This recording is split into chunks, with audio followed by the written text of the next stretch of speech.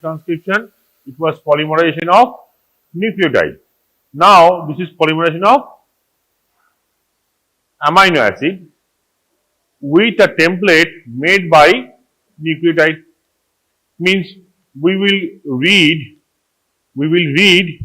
in nucleotide form and write in amino acid form. We will read a polynucleotide and we will write a polypeptide. It is similar to reading an English novel and translating it into your mother tongue. Right? That's why the term translation was coined, because it is converting the language written in nucleotide to language or product by amino acids. Fine. Now, the language written in polynucleotide based on a system is called codon. Right? The genetic code is already taught to you. So, now put genetic code. You know about the features of the genetic code. Correct? Do you know about the differences in genetic code in cytosolic and mitochondrial system?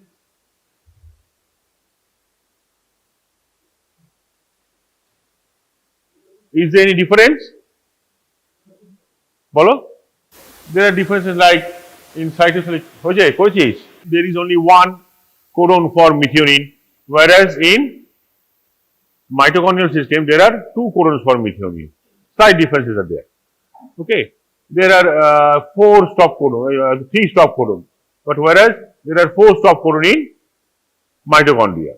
Slight differences are there in mitochondrial system. Since the mitochondrial system is more primitive, so it was developed, it was changed when it became the cytosolic system. Anyway, for each amino acid there is a particular tRNA molecule. The tRNA molecule is a unique molecule. tRNA molecule is a unique molecule. It's a polynucleotide, it's an RNA, but it recognizes DNA on one hand and amino acid on the other hand. The hand which recognizes the amino acid is called acceptor arm, and the hand which recognizes the RNA, mRNA is called anticodon arm. Right? So, in one side it will recognize mRNA, in another side it will recognize particular amino acid. Now, from where they will get amino acid? In the cell, there is a pool of amino acid. Whatever protein is produced in the cell, after its work is over, it is degenerated, degraded, and amino acids are stored in the cell and the mitochondrial system. These mitochondrial systems for mammals, see, which is usually a stop codon, this is TRP, which is usually isoleucine in cytosol, that is methionine. Just remember these 4 points.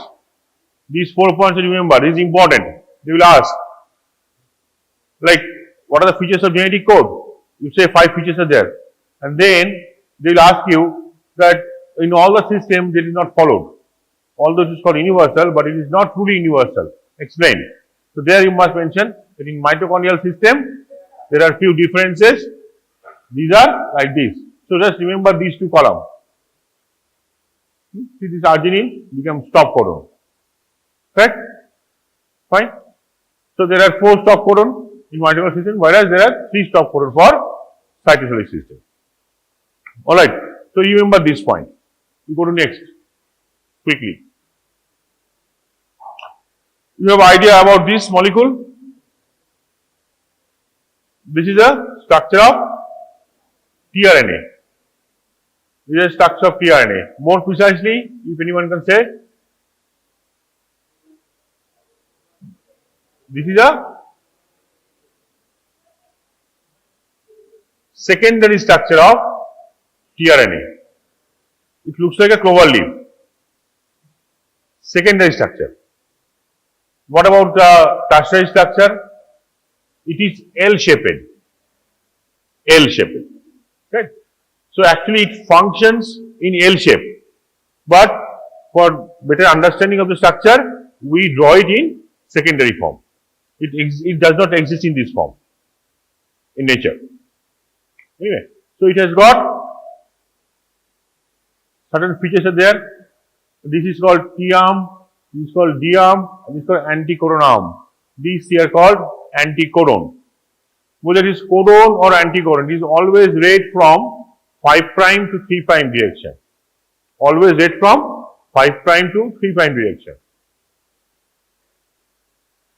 Now, the machinery for protein biosynthesis is called ribosome, the factory where it is fitted. tRNA comes from one place, mRNA comes from another place, and amino acid comes from the amino acid pool. All these three parts are assembled in a factory called ribosome.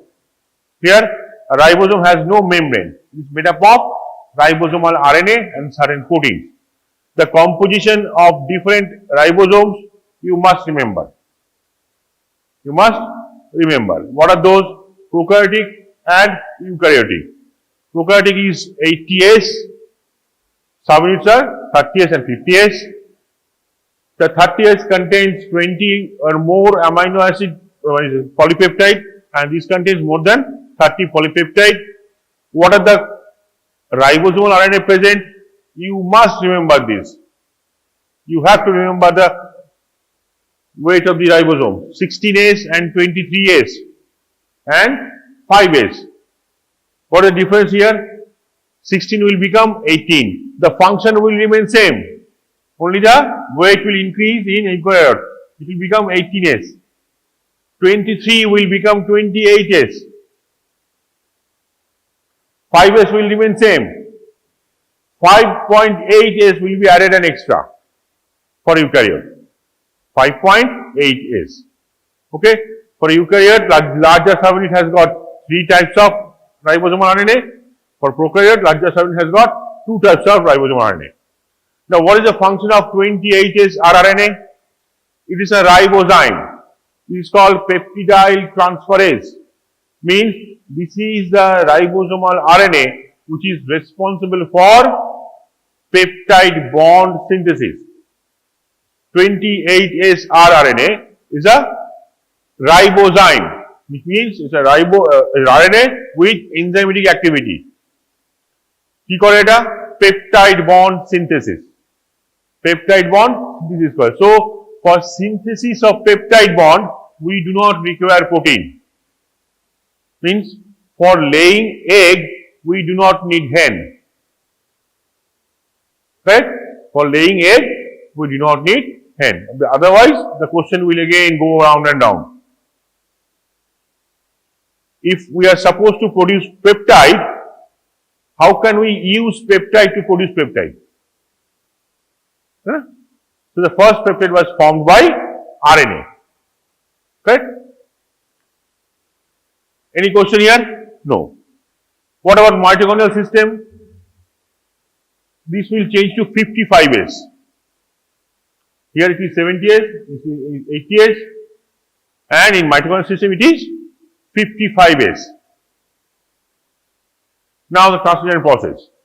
Here I would suggest you, there are 3 diagrams: initiation, elongation and termination. Very easy diagrams. The best book according to me is Harper's, which has given the diagram.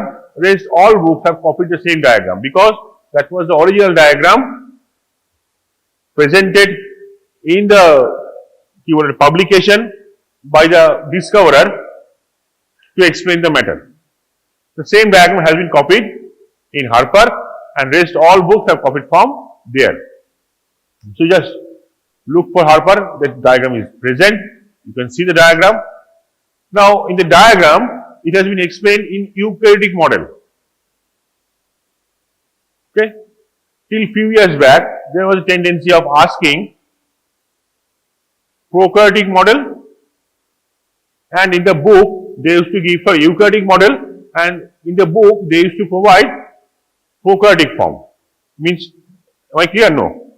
In the examination, they used to ask eukaryotic model of translation, and in the book only the prokaryotic model was available. Understood? Later on they changed. They started asking the prokaryotic model, and the book is now providing eukaryotic model. When we studied at your age, we studied prokaryotic model and had to write eukaryotic model. Now you are asked to write prokaryotic model, whereas the books have given in eukaryotic model. The slight changes. You remember any of these and rest will be easier. Among them, the eukaryotic model is little bit difficult, it's complicated. So if you remember the eukaryotic model, you can remember side points of the differences between the eukaryotic and prokaryotic, and you can write or draw it as well. Suppose the question comes like this, write the prokaryotic model, and you don't remember the prokaryotic model. Forget it, don't worry. Write down the eukaryotic model with a note what are the changes in that diagram. That's all. If it was a prokaryotic model. Okay? So just don't get afraid. You can write and you will get full marks. Don't worry. Okay? So now we'll start. The initiation process has got two phases. One is the charging or activation of tRNA. Another is formation of initiation complex. Here in the class, you just learn the phases and the sequence of events. The diagrams have been given in any book. Okay? Try to understand the sequence of events in this classroom. That will help you. Alright? If you can remember, if I can remember, you can remember. Huh? So you can remember the sequence of events, you can draw the diagram on your own. Clear? If you draw the diagram, you can write on your own by seeing the diagram. It's all only about framing the sentences, that's all. Yeah? So, the initiation part has got two phases. One is activation of tRNA or charging the tRNA with the amino acid. The second part is formation of initiation complex. Means an association where these three things come together. The ribosome, mRNA, tRNA with amino acid. Right? Now to form amino acid tRNA, we have, how many amino acids we have? Standard 20 amino acids. So we have 20 different enzymes to form 20 different amino acid tRNA. 20 amino acid, 20 different amino acid tRNA synthetase enzymes are present for each amino acid and tRNA species. Now this enzyme, amino acid tRNA synthetase, is specific for both the species, the tRNA species as well as the amino acid. This enzyme is specific for both the species, tRNA as well as amino acid. Both of these should match, then only that particular enzyme will act, and this amino acid tRNA will be formed, where amino acid will be attached to the acceptor arm. What is the sequence of acceptor arm? CCA. CCA. Right? These are post-transcriptional modification of tRNA. The last three will be CCA, irrespective of any amino acid tRNA. Added. Now this reaction utilizes one molecule of ATP, but it is broken twice. So that is equivalent to using 2 ATPs. 1 ATP broken twice means 2 ATPs, equivalent to using 2 ATPs. So AMP plus PPI, then PPI will be broken into 2PI.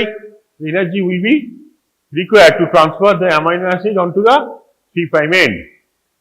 Clear? Now the next phase, formation of initiation complex, has got these subphases. The first phase is dissociation of the subunits. In order to run the assembly, the factory must open the gate first. So the two subunits will dissociate, and the other materials will sit in between them, and then it will close. So first thing will form dissociation of subunits. Second will be formation of ternary complex. What is ternary complex? The mRNA which is to be read by amino acid tRNA has to be processed. Why? mRNA is a big molecule. You don't know from where to start reading. You don't know from where to start reading. AUG is a start codon. How do you know where is it located? So there must be a mechanism to make that visible to you so that you understand from this point I must start reading. If you open a new book, new chapter, what is the signal? The first letter of the first sentence will be capital. Big capital. That means that is the start of the paragraph. Clear? Similarly, so that to identify from where to start, we need certain protein to be associated, and this association is called ternary complex. Formation of ternary complex. Next comes formation of 43S pre-initiation complex, followed by 48S pre-initiation complex, and followed by last is 80S initiation complex. That means two subunits again getting associated. Okay, so these 5 phases you must remember. Now we'll go to this diagram. Okay, you have to practice 10 times. Just practice. 10 times you practice, it will be very easy. I guarantee you. You might forget anatomy, but you will not forget this diagram. Very easy. Very easy.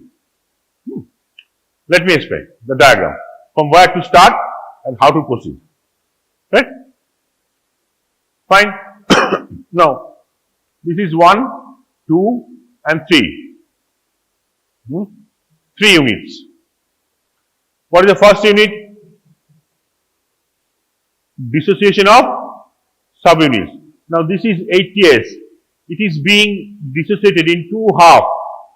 Small subunit and large subunit. Right?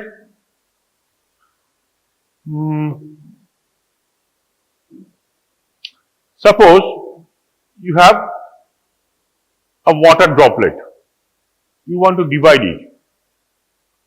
If you blow, what will happen? It will go away, and again, when you stop, it will come and join together. But if you put a piece of paper in between, then the 2 droplets will gather on the either side of the paper, but they won't be able to come in contact. So they cannot join. So physically you are separating, or you are not allowing them to come closer and join, because the joining places you have blocked. Correct? The same thing is done by introduction of these factors. Factors 1A, 3 and 5. These factors is called EIF. EIF means eukaryotic initiation factor. Eukaryotic initiation factor. So these factors will come and sit in the space where interface of 2 subunits. So the 2 subunits cannot rejoin. They will remain separated. Clear? Now the 40S will be added. Now in this side you come. Activation of mRNA. Now here you have, can you read this one? This is 4F factor, EIF factor 4F, which is made up of 2 other factors, 4E plus 4G and 4A. 2 factors, 4G, 4A and 4E. When they meet, they form 4F.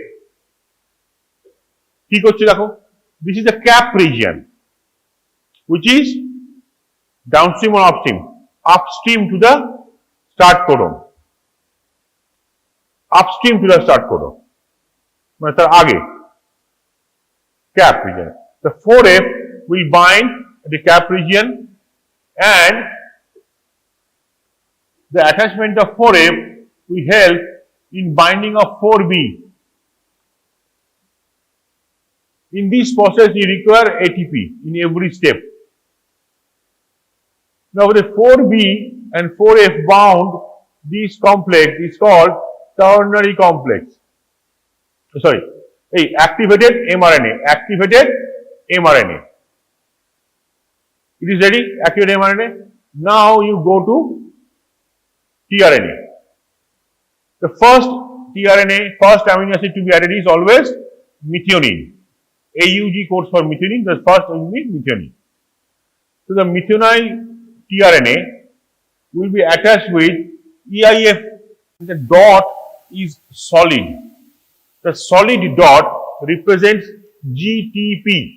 So it is GTP bound EIF2. EIF2 has got two parts, 2A and 2B. 2A is the active form, 2B is the inactive form. If it is bound with GTP, it is active. If it is bound with GDP, it is inactive. Clear? Now here, you see this 2B is formed when it attaches with 2 with blank dot means GDP.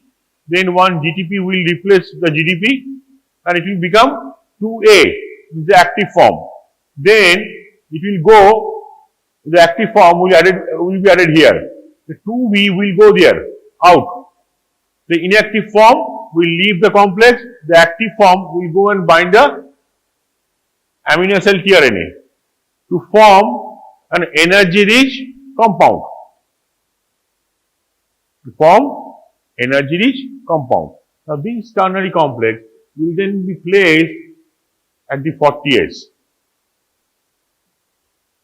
This step will be followed by attachment of mRNA, but not at the start codon, somewhere near the cap region.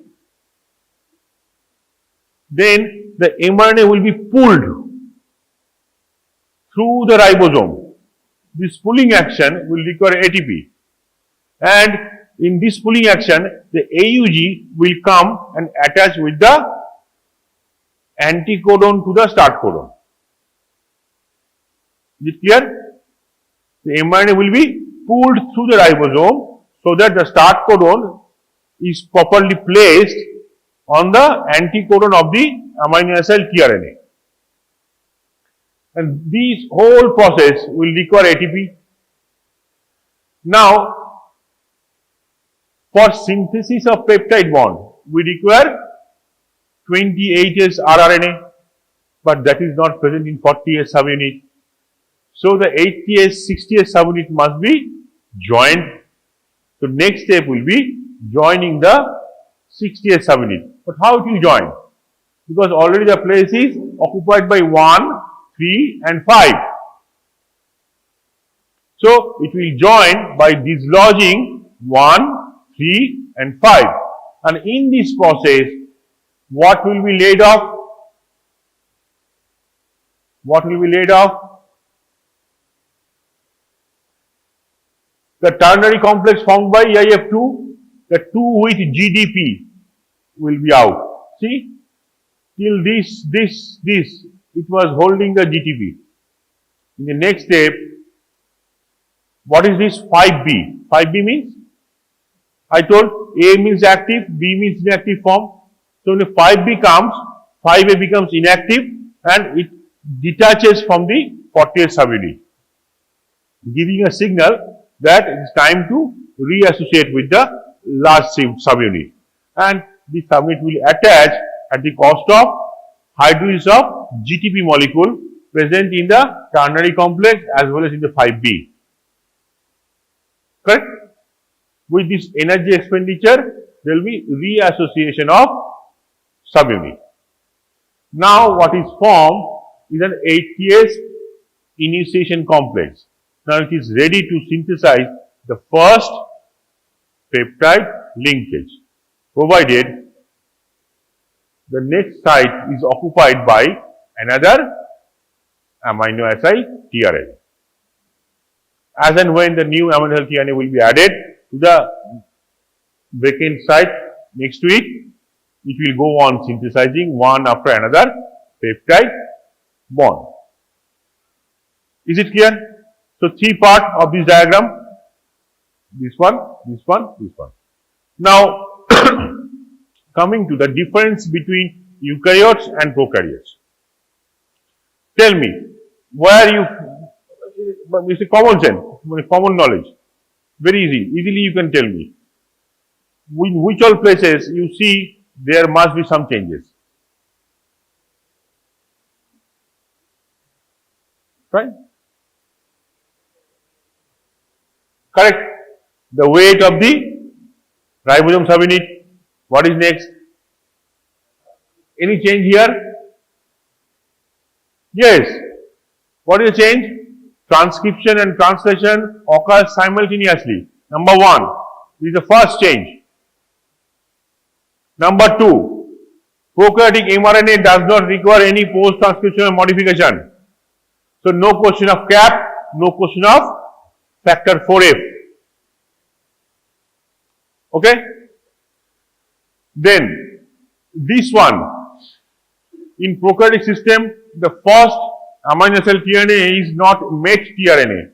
It is F-met, formilated methionine containing tRNA. Right now, F-met. These are the points, differences. Number one, the weight of the ribosome. Number two, no cap. Number three,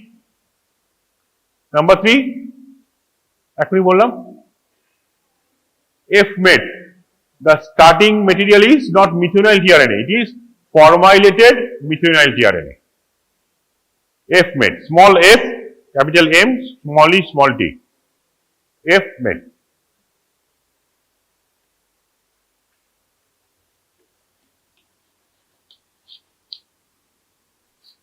Formilated methionine. Okay, one change. Next changes.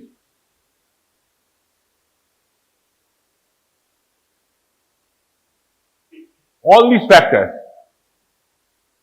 যা যা factor আছে same factor থাকবে, 2A 2B থাকবে না, GDP bound 2, GTP bound 2. Instead of having 2A 2B, 5A 5B, it will be only 5, 2, 1, not 1A 1B, 1, 2, 5, no AB subdivision. Okay, and how you write that one? Instead of having EIF, it will be IF only, initiation factor. So, the first one here, it will be 1, 3 and 5. Second one here, it will be IF 2, GTP bound and GDP bound. GDP bound means active, which resembles 2A here. It is GTP bound 2 in prokaryotic system. Next is 5. You see 5B comes and 5 is released, means only 5 here. Only 5, factor 5, that's all. No 5A 5B. Clear? Alright? So, if you draw this one and then if you can remember this one, you can write that one. And one more point you can add that the initiation process, it not only requires the cap region for eukaryotic system, it also requires the poly-A tail. The poly-A tail of mature mRNA in eukaryotic system must be bound with certain proteins called PAB, poly-A binding proteins, which actually help in recognition of start codon along with cap, okay, which is missing in case of prokaryotic system. Right? So, almost altogether 5 or 6 points will be there. Clear? Any questions? Should I repeat one more time? এর আমাদের তিনটে part. Electron মজা আছে, সেটা কি? এই RBC, এই sorry RBC রাইবোজোমটাকে আমরা যদি এরকম ভাবে আঁকি, তাই না?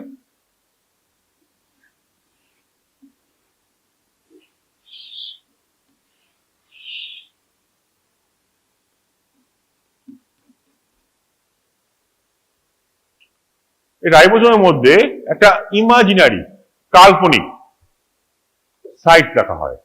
কি site? A site, P site আর E site. A for amino acyl site, P for peptidyl site, E for exit site। ঠিক আছে, তিনটে সাইট আছে। মানে রাইবোজোমের ভিতরে তিনটে চেয়ার হচ্ছে গ্লুটামিক অ্যাসিড, মনে রাখবি। ঠিক আছে, তুই হচ্ছিস মিথিওনিন, হচ্ছে গ্লুটামিক অ্যাসিড। ঠিক আছে, ও কোথায় বসে আছে? which side he is occupying? P side. which side he is occupying? A side. So he is newly added amino acid tRNA. Correct? Newly added amino acid tRNA. Now to Radhar. Peptide bond is formed. Correct? After the formation of peptide bond, they must shift their chair. What? Shift কর। তুই আছিস কোথায়? তুই হয়ে যা, হাত ধরে যা, খাচ্ছে যাবি না। হ্যাঁ, বস। তাহলে কি হলো?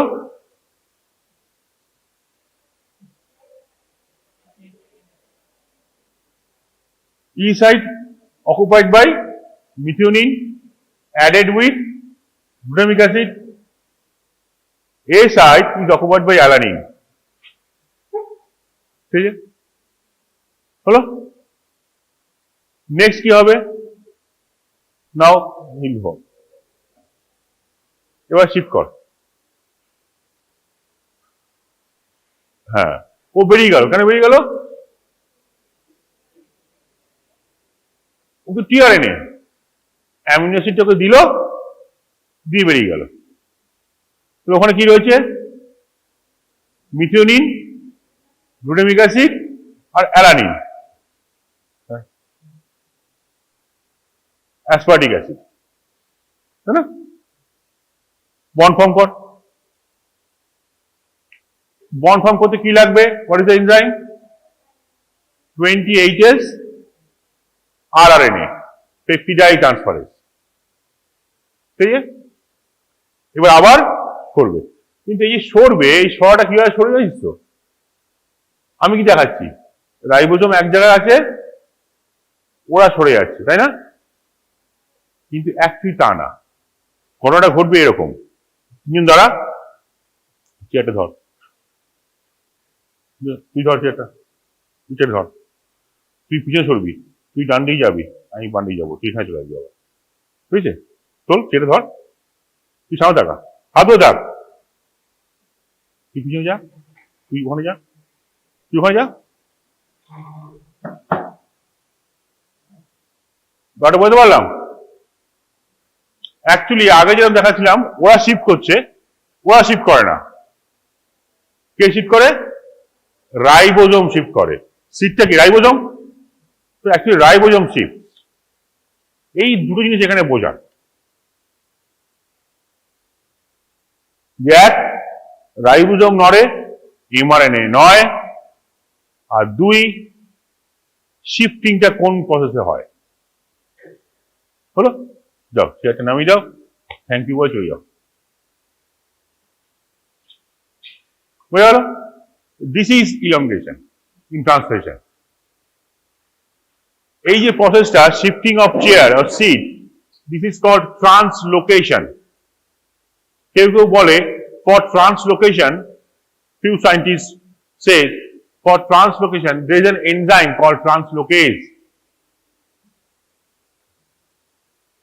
According to few scientists, there is an enzyme called translocase. Clear? Any question? Same thing এখানে লেখা আছে। Only change is what?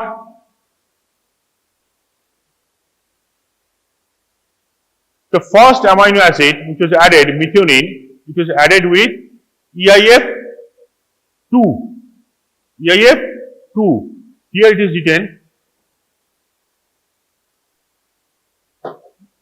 In this case, it will be EAF. Eukaryotic elongation factor. This is not initiation phase, this is elongation phase. The factor is slightly different. So first tRNA will be recognized by different protein, rest all will be recognized by different protein. Clear? This is the difference.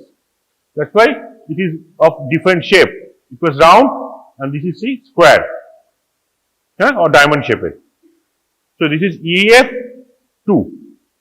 You can say 2 alpha, 2 beta. Alpha means A, active form, beta means B, inactive form.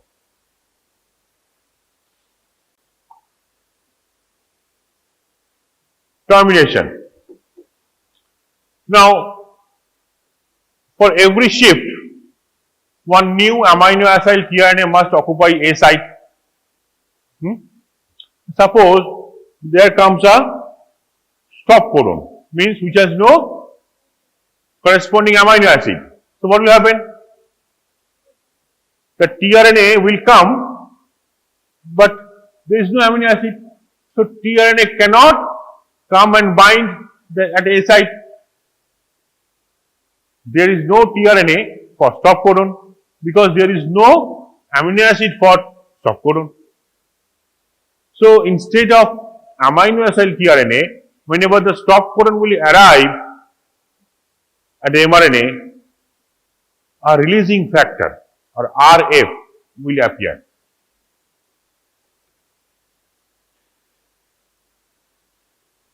A releasing factor or RF will appear in A site.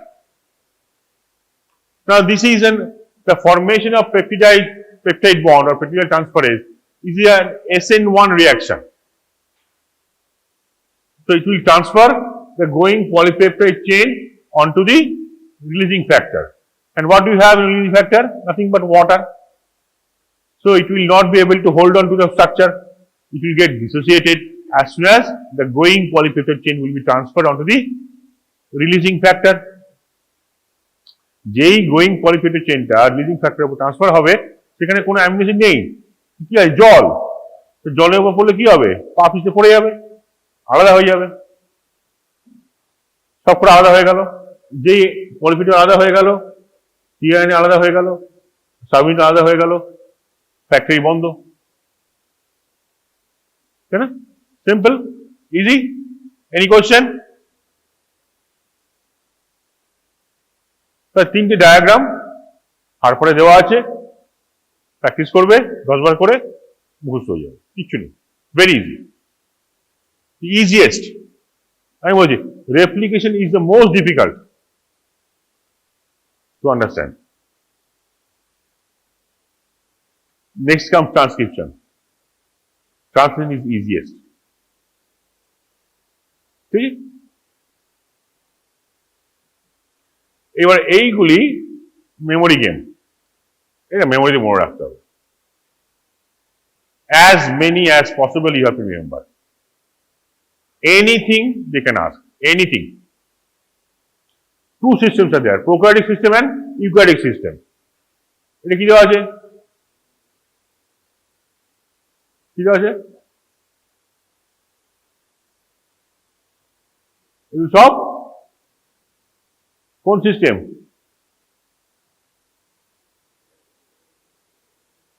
কি করে বুঝলাম?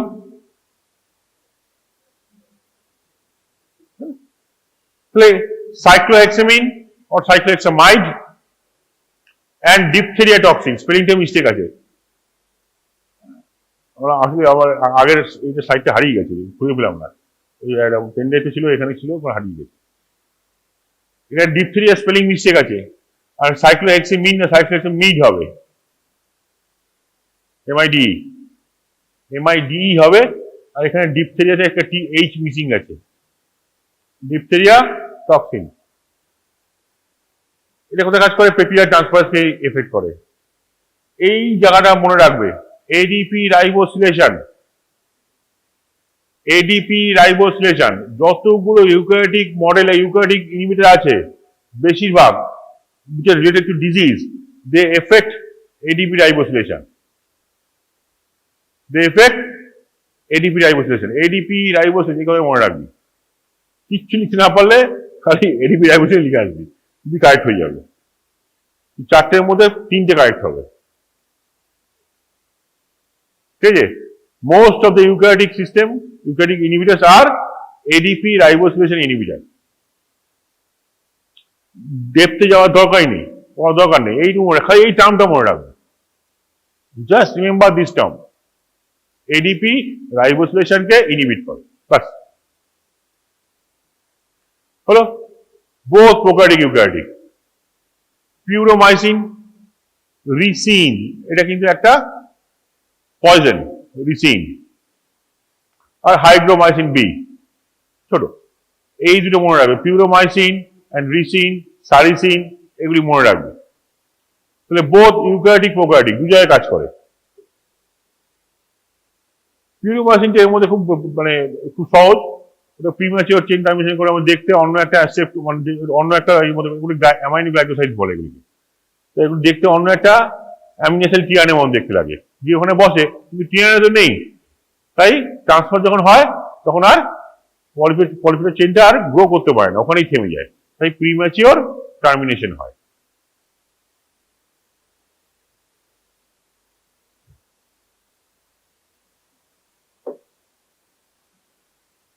আচ্ছা, এটা মনে রাখবে যদি এখন আর জিজ্ঞেস করে না, টেট্রাসাইক্লিন, ক্লোরামফেনিক্যাল, তাই না, এগুলি সমস্ত পুরোনো দিনের অ্যান্টিবায়োটিক, এখন এগুলি ব্যবহার করা হয় না। এখন এগুলি ইঁদুর বাদরে খায়, মানে মুরগি, গরু, এদের শরীর খারাপ হলে দেওয়া হয়, আগে মানুষকে দেওয়া হতো, এখন মানুষকে দেওয়া হয়, কারণ মানুষে এগুলি রেজিস্ট্যান্ট হয়ে গেছে, ঠিক আছে? মাছে দেওয়া হয়, মুরগি দেওয়া হয়, সেগুলি আমরা খাই, তাই আমাদের শরীর রেজিস্ট্যান্ট হয়ে যায়। তবে যে মুরগিকে না দেওয়া হতো এবং সেই মুরগিকে না খাওয়া হতো, তাহলে টেট্রাসাইক্লিন আমাদের শরীরে কাজ দিত। যেহেতু আমরা ওই অ্যানিমালগুলো খাই, যদি এগুলো দেওয়া হয়, সেজন্য আমার শরীরে টেট্রাসাইক্লিন সবসময় থাকে, ব্যাকটেরিয়াগুলো ওটাকে রেজিস্ট্যান্ট হয়ে যায়। যাও। And the skull comprises of the bones. Now this is the picture of the base of the skull. This is the lesser wing of sphenoid. This is the greater wing of sphenoid. Anterior clinoid process. The posterior clinoid process. This is the foramen oval, and these are the cruciform plates. Foramen magnum.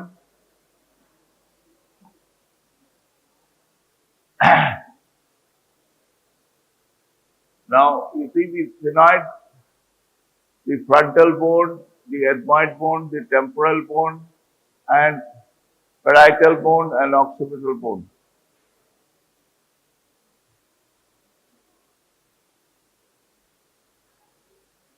Brain and spinal cord covered by dura matter, arachnoid matter, and pia matter.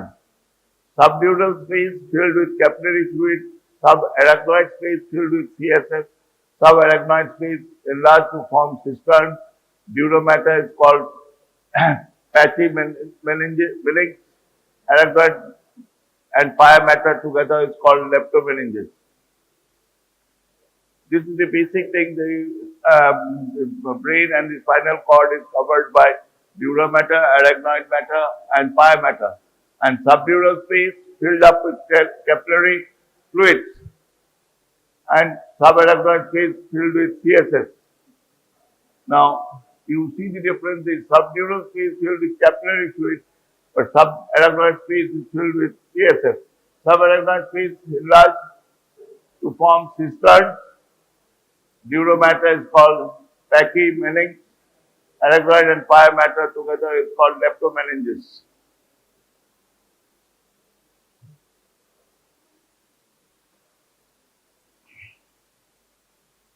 Now, duromatter, non-elastic fibrous membrane.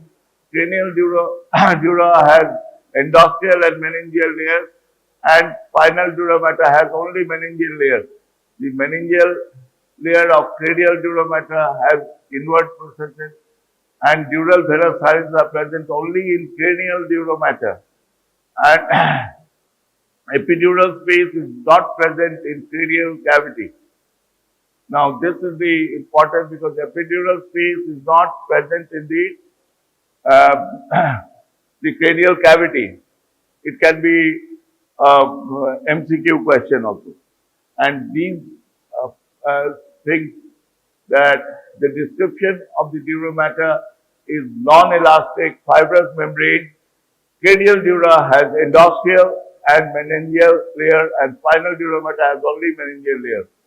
Now, the bone and the endosteal layer and the meningeal layer, when you see the, you open up the cranial cavity and see the brain, and you will see the thin layer of meninges. And so, if there is any, you're driving a bike in high speed and you get a sudden jerk, you might not hit the cranium, but it can lead to a subdural hematoma.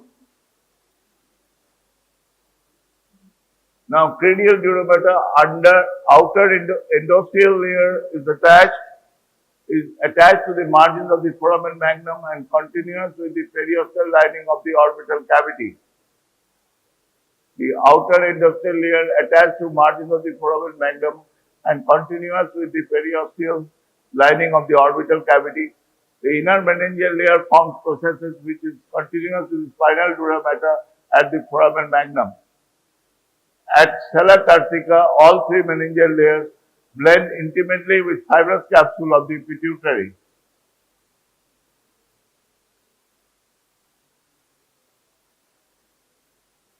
The processes of the cranial dura mater. First, cerebrally, the sickle-shaped fold roof of the skull to medium longitudinal fissure. This.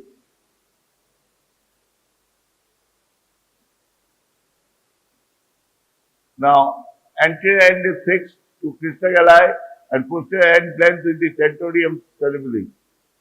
Convex margin to lips of sagittal sulcus and concave margin is free and closer to corpus callosum at posterior part.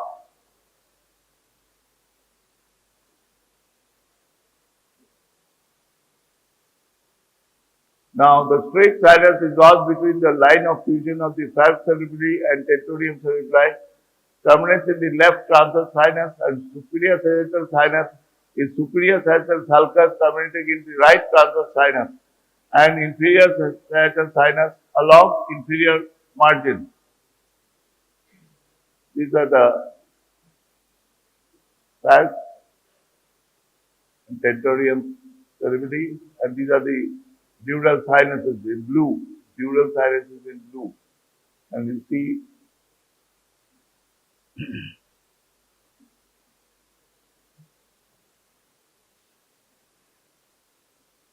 now tentorium cerebelli projects in transverse fissure, present an attached margin at the peripheral and free margins at the forepart of medial plane, and posteriorly tentorium attached along the margin of the transverse sulci. Transverse sinus laterally attached to the upper border of petrous part of the temporal bone and superior petrosal sinus.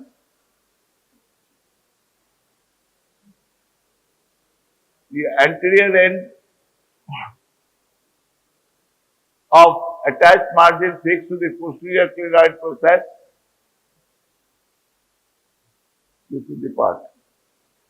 And crossing of attached and free margin laterally, inferior layer of tentorium forms cavum terminal and free margins present U-shaped tentorial notch.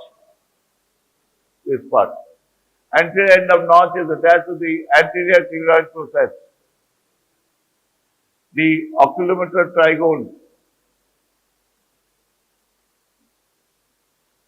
Now, the diaphragm sella, horizontally oriented circular fold, forms roof of sella turcica, front to tuberculum sella, and behind to dorsum sella.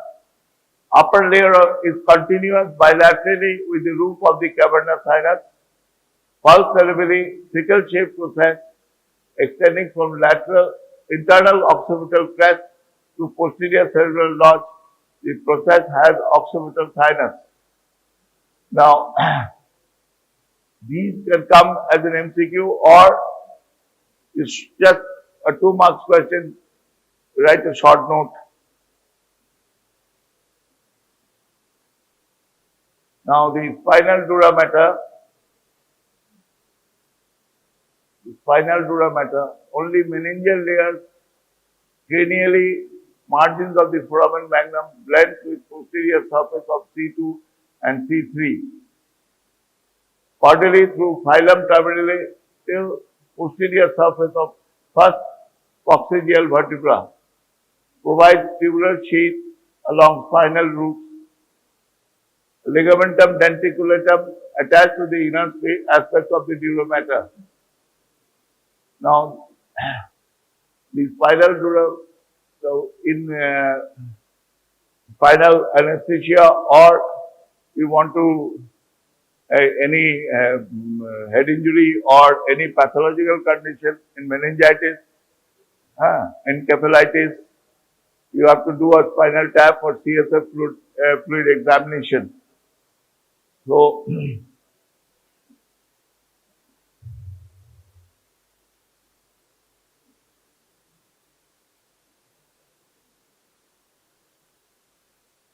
now epidural space between spinal dura mater and periosteum of the vertebral canal extends from foramen magnum to hiatus sacralis, contains fat, loose areolar tissue and internal venous plexus. Internal venous plexus communicates with the tributaries of cable and azygos system, and metastasis from carcinoma of the prostate affects the vertebral body.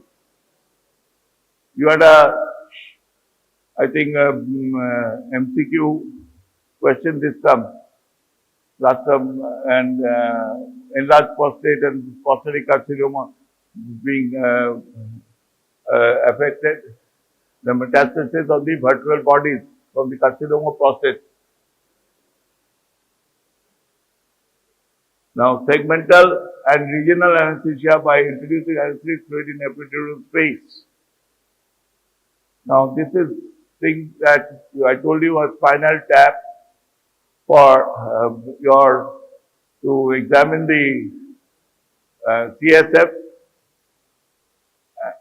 and that can be encephalitis or meningitis or any intracranial trauma. You can, or in the spine you get an injury, and you take a spinal tap. Now, arachnoid matter closely applied to the dura mater, separated by subdural space. Now, subarachnoid space is narrow over cerebral gyri, and this space is wider in some parts of the brain. Caudal to termination of the spinal cord forms the cisterns.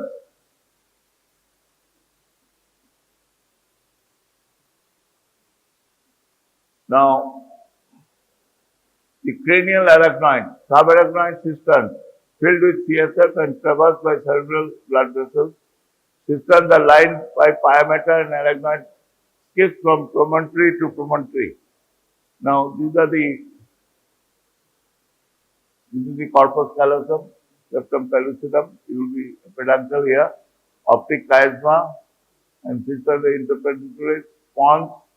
This is the fourth ventricle, and cistern of prophytis, and medulla oblongata. This is the medulla oblongata. This is cerebellum. This is the third ventricle.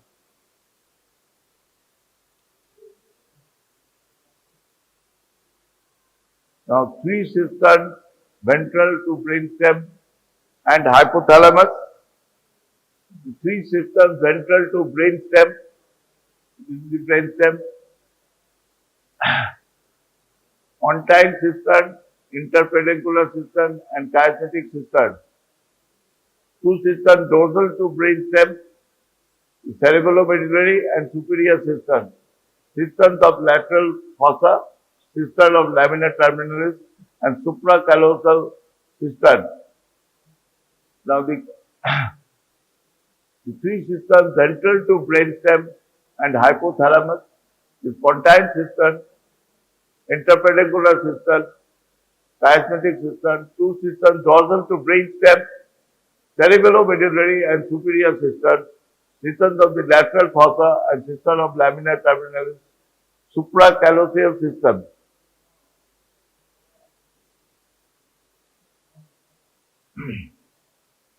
Now, pontine cistern contains basilar artery above with interpedunculaar cistern, below with spinal subarachnoid space, behind is cerebellomedullary cistern. Now, if short note on pontine cistern. Then you have to give this description. You draw diagram. Now, interpedunculaar cistern located in front of the interpeduncular fossa, in front with chiasmatic cistern, contains circle of Willis. This is the important circle of Willis. You get a question on circle of Willis. What are the arteries involved in forming the circle of Willis?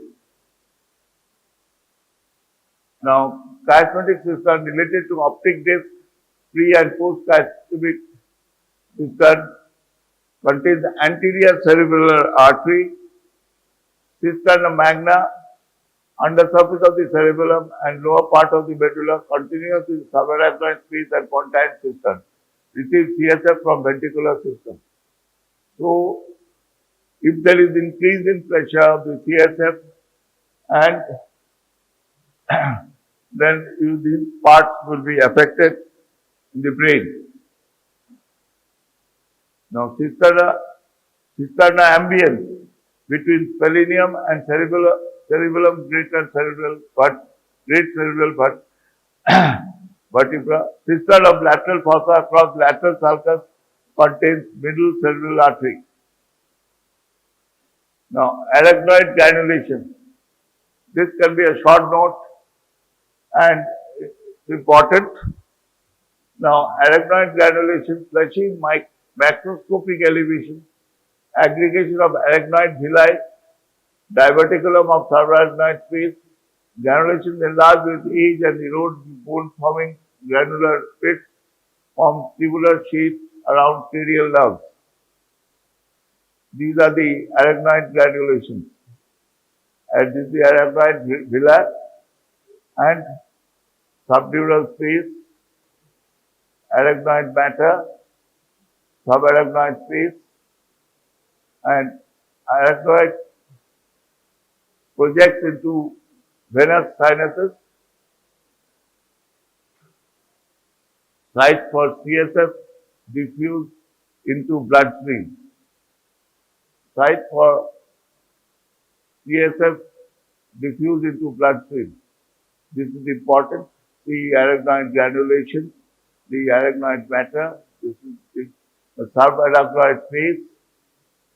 Below the arachnoid is subarachnoid space, the subdural space, the dural matter, and arachnoid villi.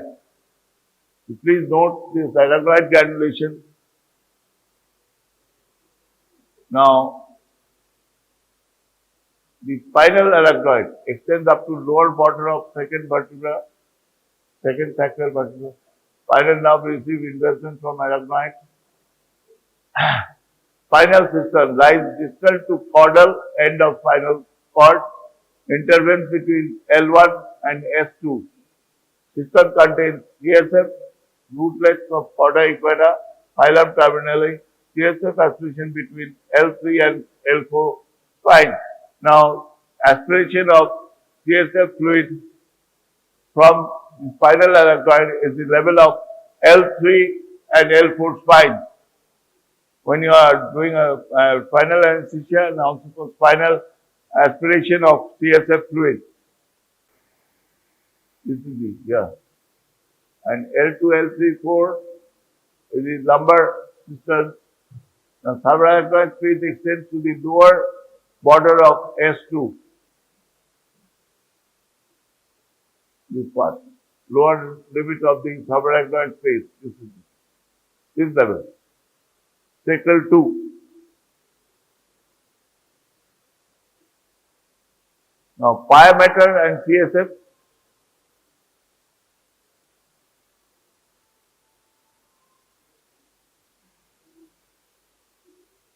Thin vascular membrane, outer epipia form arachnoid mesothelium, intrapia intima formed by fusion of spiral mesothelium, basement membrane astrocyte, and cerebral pia matter, pericardia and choroid plexus, bilaminar pile folds along roof of third ventricle and fourth ventricle, telecardia provides choroid plexus.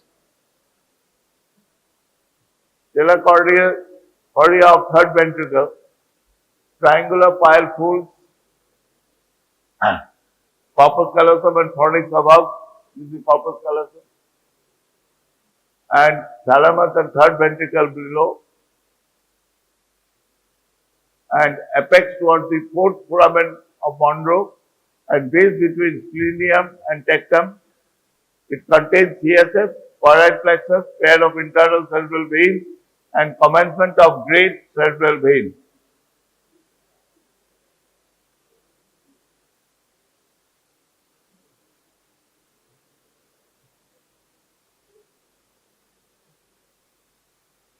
This is the pituitary. This is the midbrain. This is the cerebellum. This is the interthalamic connection.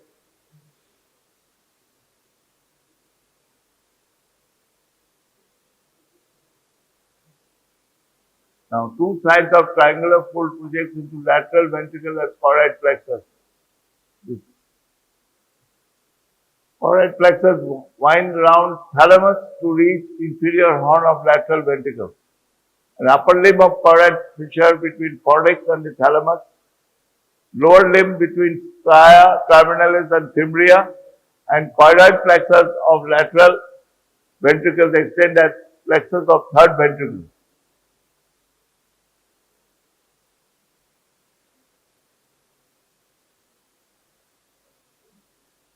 It will be clear when you read the brain. Now, telecardia of the fourth ventricle. Now, see, this is the cavity of the fourth ventricle. This is the cerebellum, this is the midbrain, pons, and medulla oblongata. In between this is the cavity of the fourth ventricle. This is the cerebellum. Okay. Now, bilaminar telecardia and the fourth ventricle. Bilaminar pile fold between inferior vermis and fourth ventricle. The inferior vermis of the cerebellum extend to nodule of the cerebellum, continuous with cisterna magna, ventral lamina of fold interrupted by foramen magendi and foramen of Lasca. Now, in MCQ it will be foramen of magendi or foramen of Lasca. What is it? Or it can be a small short note on the foramen of magendi and foramen of Lasca. Short note. Now, choroid plexus of the fourth ventricle. This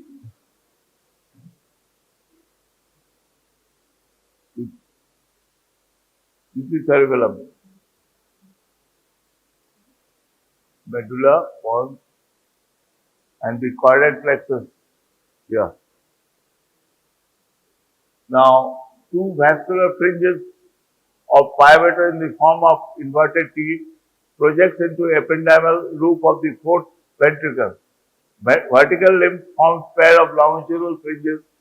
Horizontal limbs extend along lateral recesses of the fourth ventricle. Now, blood CSF barrier. Now, fenestrated endothelium of choroidal capillaries incomplete sheets of pile-stromal cells, ependymal cells resting on basement membrane, weaker than blood-brain barrier. This is the choroidal plexus, this is the choroidal capillaries, blood CSF barrier. That can be a short note, blood CSF barrier. There are then placental barrier. Okay. And blood CSF barrier and blood-brain barrier. There are three barriers. Now, this can be a short note of 5 marks. Placental barrier, very common question. Blood CSF barrier and blood-brain barrier. Now, the blood-brain barrier is a non-fenestrated endothelium of capillaries, basement membrane for vascular endothelium, perivascular feet, and cell bodies of astrocytes, cell bodies and processes of the neutrons. Now you can see the lumen of the blood vessel is the astrocyte, is the basement membrane, the neuron, and this is tight junction, endothelial cells, pericyte. Now blood, lymphocyte, monocyte, and neutrophils. Blood-brain barrier is a tight junction of endothelial cells, basement membrane here. This is the astrocyte, this is microglial, and this is the blood-brain barrier, BBB. This is the picture. You can you take this picture and write the short note.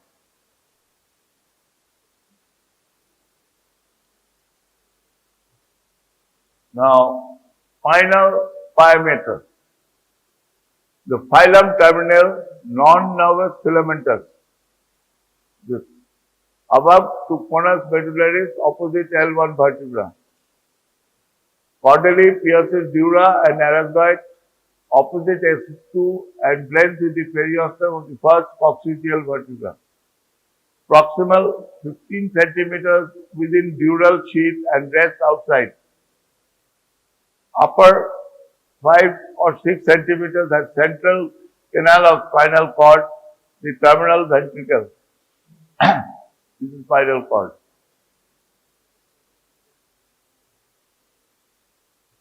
Now, linea splendens, median bristling line of pia mater along anterior median fissure.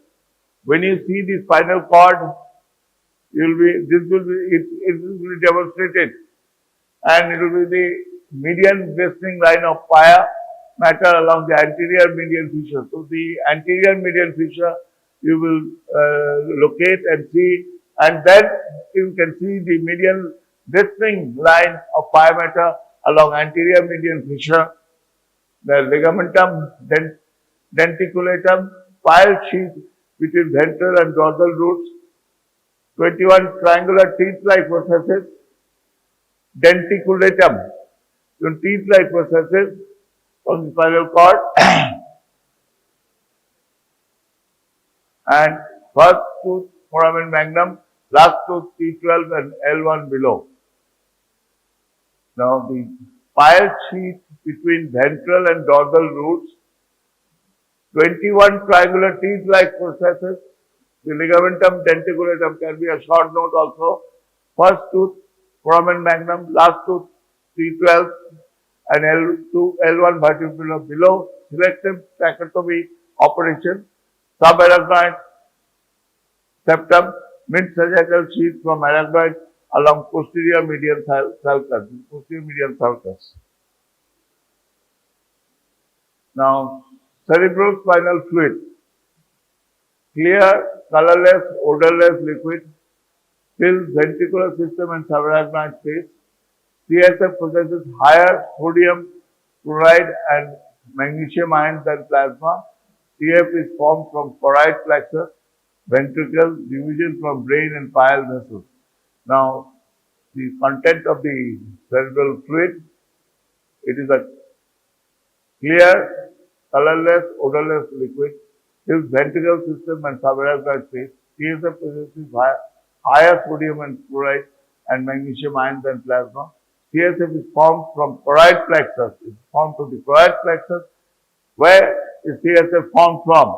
The choroid plexus of the brain ventricle and diffusion from the brain into the Peyer's vessels. Now, the CSF study for any neurological conditions, especially meningitis, encephalitis, encephalopathy, you have to do a spinal tap. You will be doing it when you are doing your internship or house job. It is nothing, it is the L2, L3 vertebral foot. Nowadays, the spinal needle is of different gauges are there. Very fine. When you go and see in your OT that the anesthesia puts in the fine needle. But previously, it was thick, like a spinal needle were metal. Even this today is metal, but thin. You just hair-like. And of course, different this thing are there, diameters are there. So, any patient with unconsciousness, with hyperexia, or having convulsions, or is still like this. And if there is any meningism, so you patient make them lie down and see, or any compression due to some your disc prolapse or something like that, you just pull like this.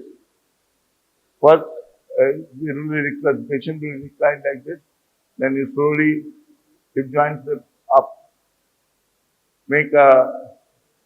you put up, then you extend the knee.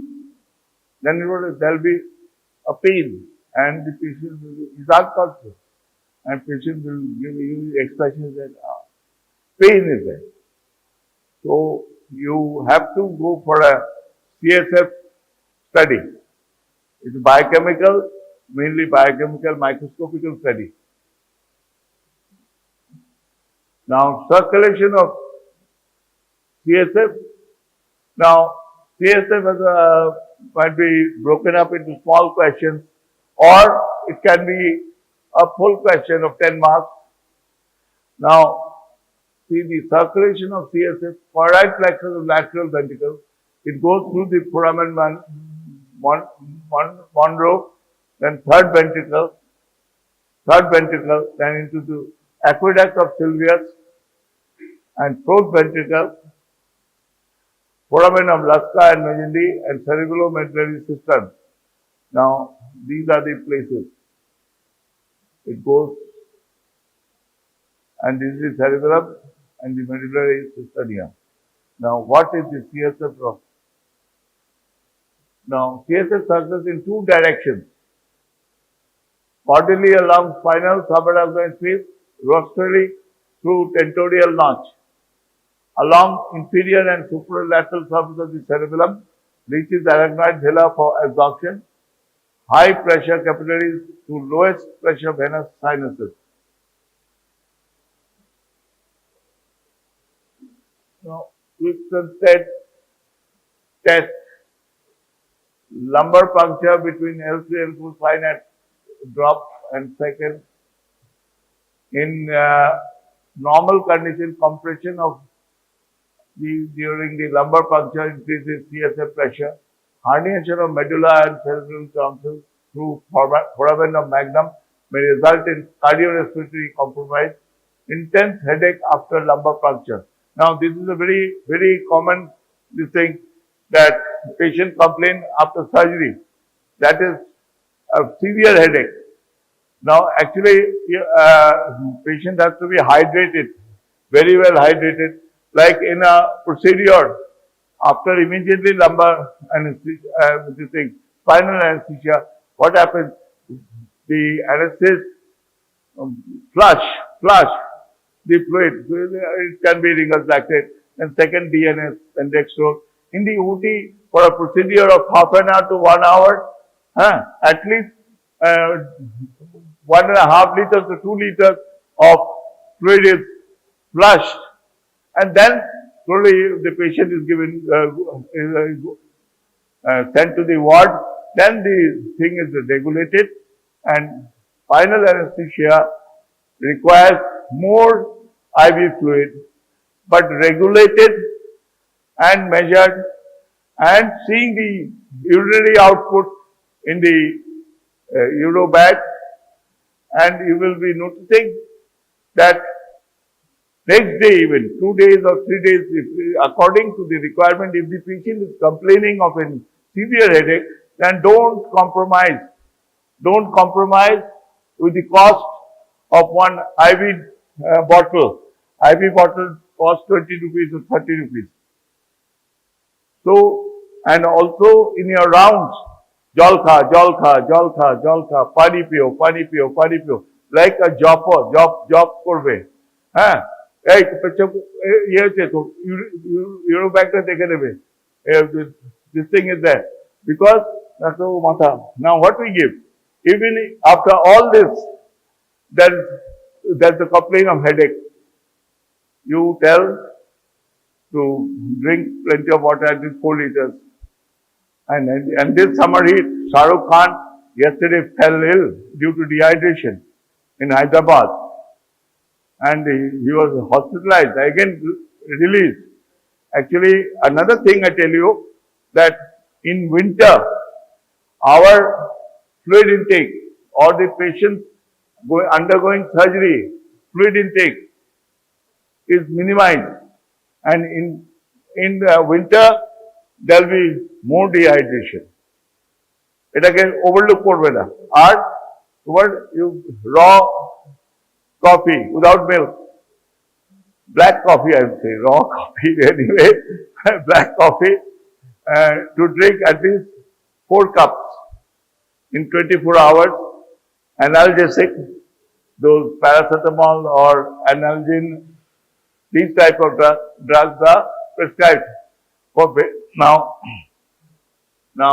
in normal condition, compression of lumbar puncture increases the CSF fluid, herniation of medulla and cerebellar tonsils through foramen magnum may result in cardiorespiratory compromise, intense headache after lumbar puncture, CSF for diagnosis of various diseases like tubercular meningitis. That I told you earlier, that any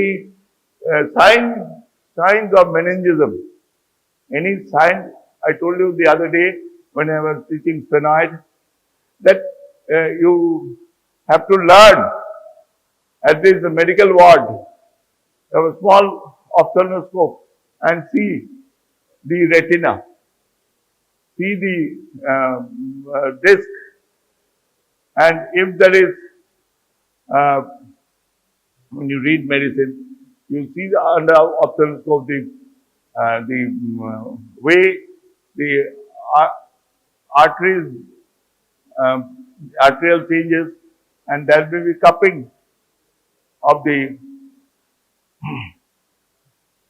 now hydrocephalus,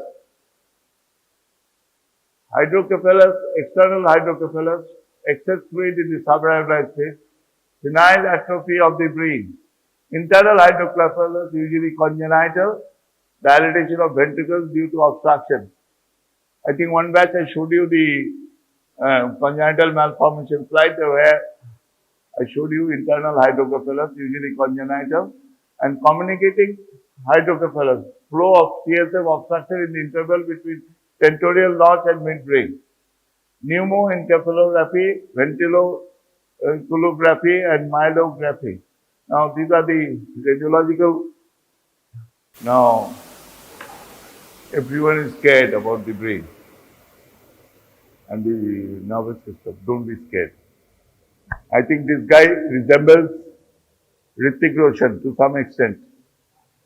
Anyway, don't be scared and relax like him. And what I want to say is that your practices are there. You please see and learn. ওই একটাই কথা, don't ভয় পেও না। এটা কার উপেন্দ্র কিশোর রায়চৌধুরী বোধহয় না, সুকুমার রায়। ভয় পেও না, আছে। পড়ো, শুধু ইনস্টাগ্রাম এসব করে কিছু হবে না, আর রিলস দেখে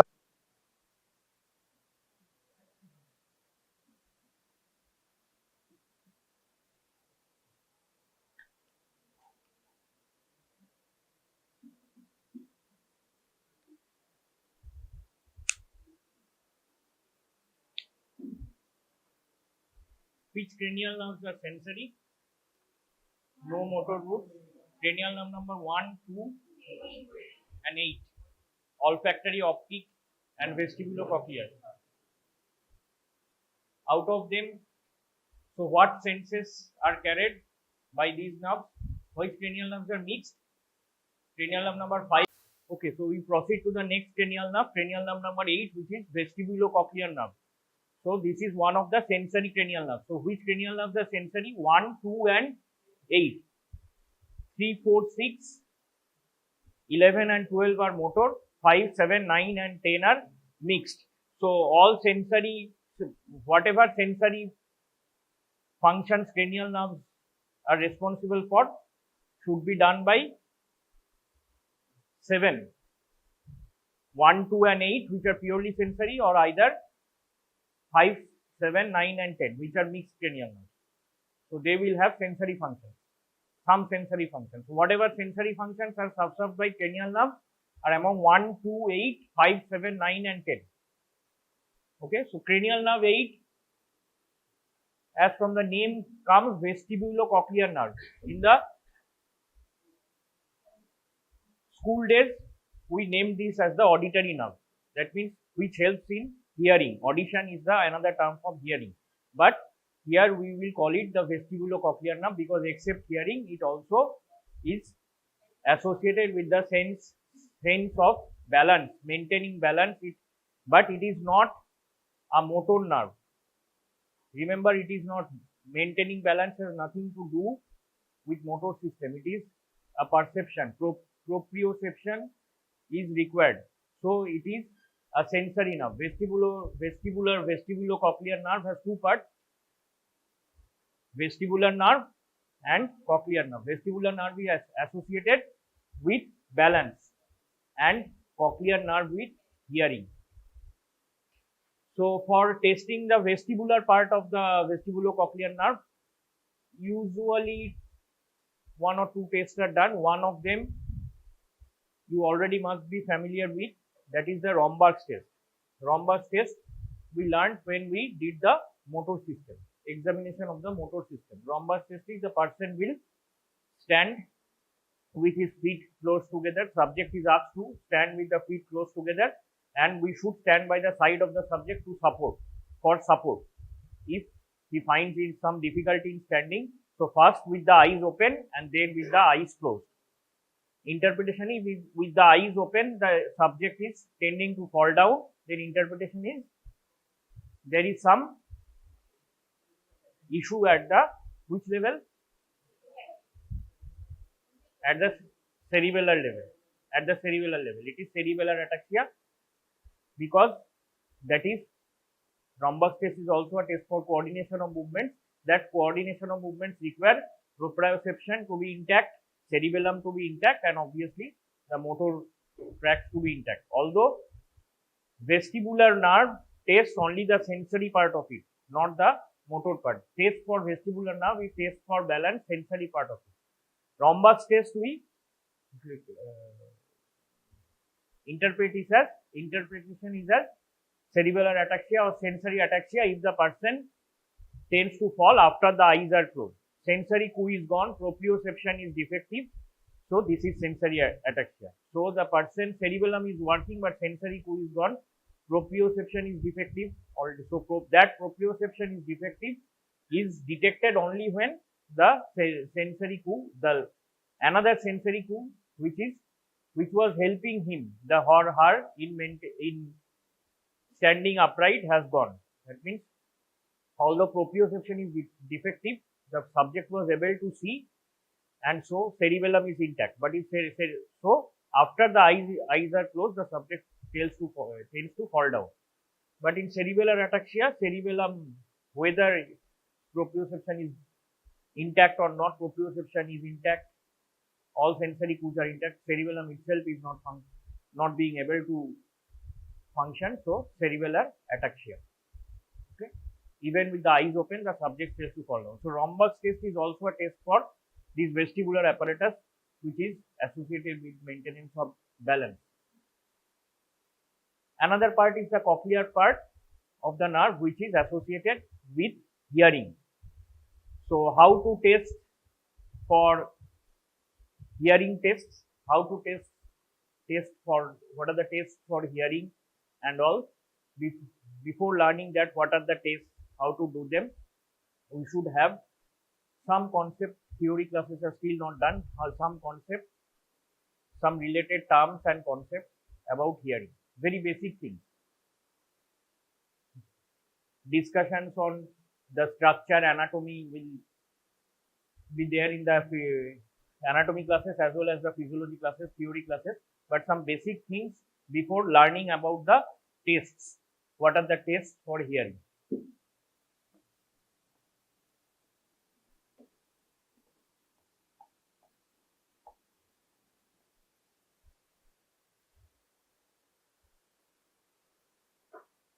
Testing of the vestibular apparatus, there is another test, Baranese caloric test, that is temperature fluctuations inside the ear cavity sets up some rotation of the head, vertigo, nystagmus, eye movements, incoordinated random eye movements, which is called nystagmus, vertigo.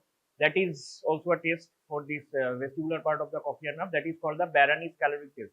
Given in books, almost all books, Baranese caloric test, either water at lesser than body temperature around 30 degrees centigrade or higher than normal body temperature 44 degrees centigrade like this is introduced in the air cavity. It sets up nystagmus. When a foreign body is introduced in the air cavity during treatment, if fluid has to be used, it should be at normal temperature to avoid this kind of problems, because this is one of the tests. So that is during detecting. But during treatment, we should not use through water which is at considerably lower temperature than body temperature or which is at higher temperature. It will set up these problems. Nystagmus, vertigo, etc. That is also one of the tests for the vestibular part of the cochlear nerve. Baranese caloric test, and another was we named Romberg's test. For testing the cochlear part, usually use the tuning fork these days. Another test was the watch test, historically used, that when the tuning fork tests were not available. A ticking watch, it may be used now also, but better tests are available now. Tuning fork test, watch test, it is during hearing test is obvious. As much as possible, ambient sounds has to be cut off. As much as possible, ambient sounds have to be cut off. So the watch is gradually brought near the subject, ear of the subject. Okay, another ear, the other ear is closed with the help of the eye, with the help of the hand of the finger or hand of the another ear. That is, ear means external auditory meter. External auditory meter is closed, then it is brought to the ear. For sound of a watch ticking, it is not required that much. External auditory meters of the other ear is closed, but it is better to do that, and it is brought gradually near the ear, and the subject is asked whether the subject can hear it or not. Simple watch test. Okay, and it is repeated. The test is done for both the ears separately. This is watch test. Before going into the tuning fork test, some discussions on how sounds are conducted, or vibrations are converted to sound, how these are conducted into the ear. So what is a layman's perception of how sound is conducted to the ear? Sound is produced in the environment. Layman's perception, it is going to the ear through the external auditory meters, and we can hear the sound. This is a layman's perception. So our medical perception is there should be the sensory nerve which will conduct it to the brain. hearing area, the area which is responsible, that will be in the cortex, that will be in the cortex. So, and it will be interpreted as sound. So it should reach there. So the pathways will be discussed in the theory classes. So there is something called the organ of Corti inside the inner ear, and vestibulocochlear part of the vestibulocochlear nerve. These will transmit the sound, and in case of vision, optic nerve is carrying the impulse. Here sensory impulse is carried by cochlear part of the vestibular nerve. Now sound reaches this inner ear through two paths. One is through the ear ossicles or the, what are the ear ossicles? Bones inside there, Velius, incus and stapes, or through skull bones. These are the two paths by which sound can reach the inner ear, the hearing apparatus. Obviously through the cochlear part of the vestibular cochlear nerve. Vestibular part of the cochlear nerve and inner ear hearing apparatus. Then it will go to the cerebral cortex and interpretation. These are the two pathways. Ear ossicles and skull bones are responsible. So mainly which takes the upper hand, that is the ear ossicles. Sound will enter to the external auditory meatus, reach the ear ossicles, from there to the inner ear vestibulocochlear nerve, organ of Corti, then the cerebral cortex. This is the main principal pathway. So this is called ossicular conduction.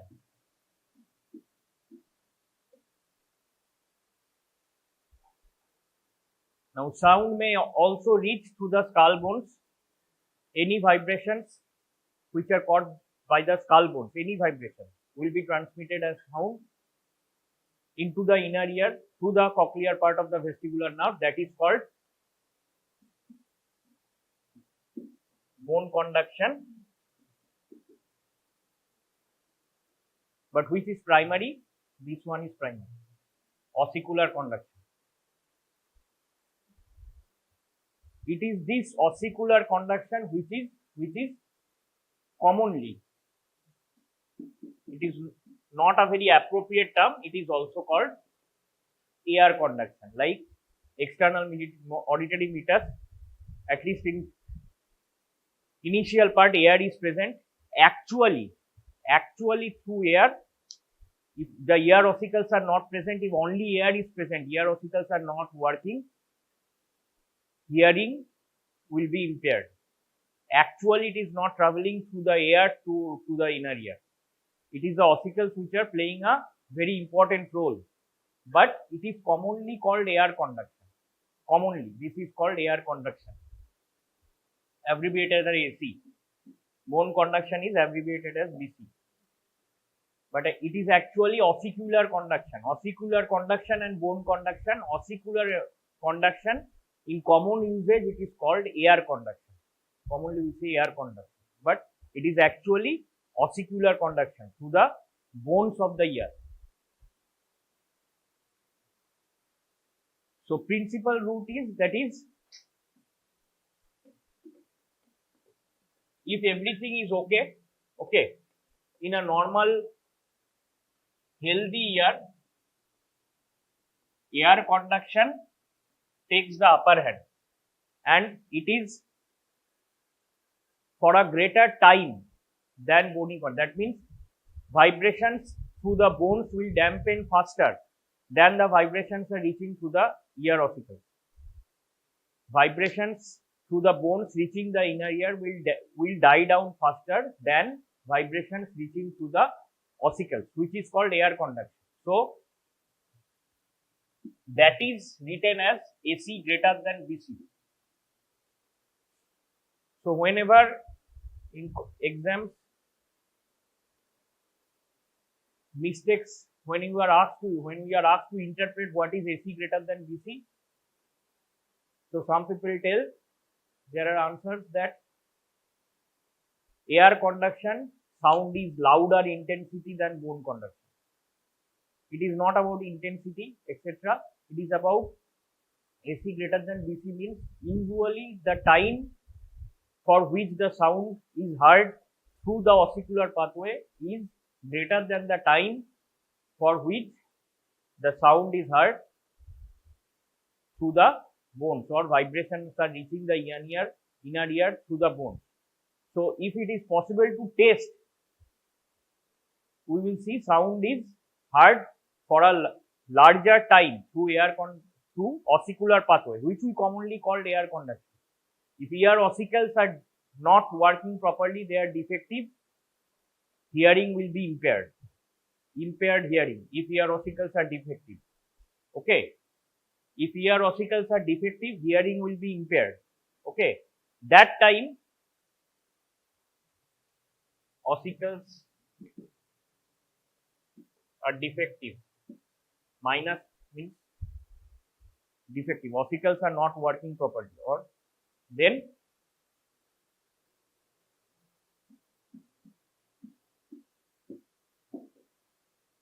that means sound is heard for a greater time through, or sound is reaching the inner ear better through bone, but it is not about intensity, etc. It is about duration. Okay. So, for example, if for the same ear, for the same person, a normal ear, if one particular set of vibrations is reaching the inner ear through the vestibular cochlear nerve hearing apparatus for 45 seconds through the ossicular pathway, and say for 30 seconds through the bony pathway, ossicles are defective through the skull bones for the same time 30 seconds, but for the through the ossicular pathway it may be for say 20 seconds. So it is about the duration, not about intensity. So what is important is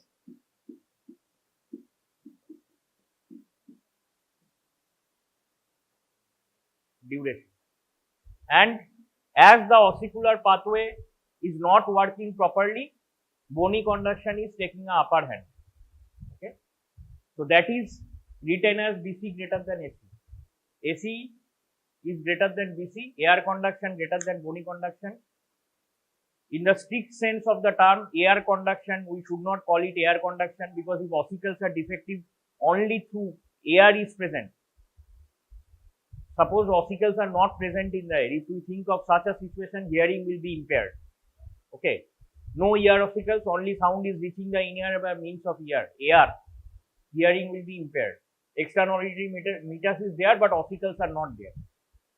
So, hearing will be impaired. But commonly we called it air conduction, and it is written at AC. So, remember these are AC, but also know that it is actually ossicular conduction.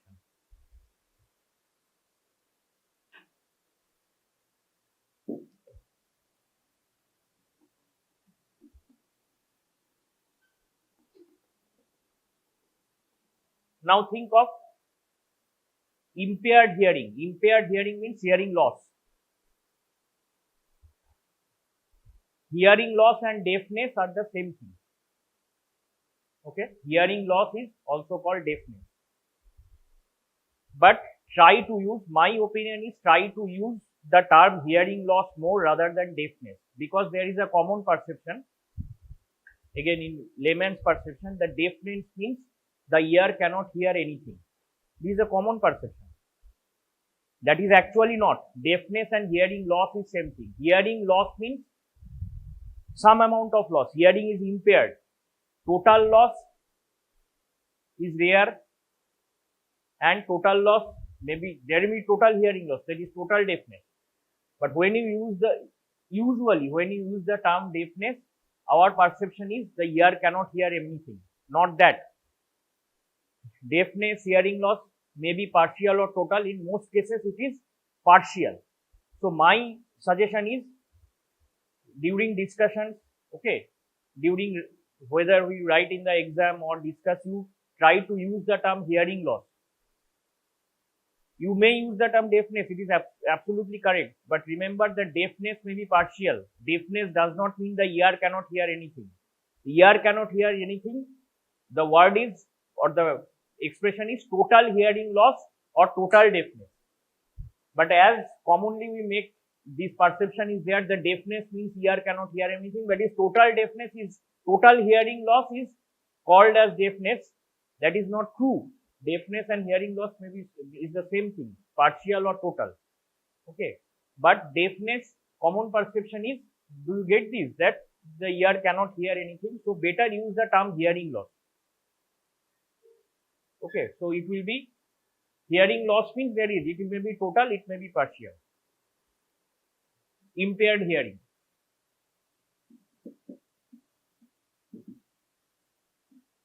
So hearing loss is of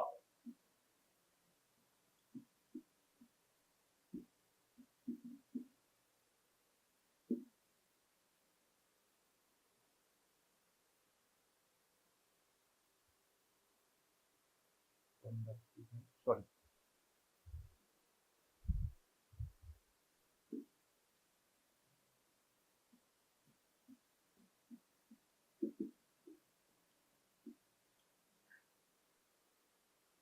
Two types, conductive and sensory neural.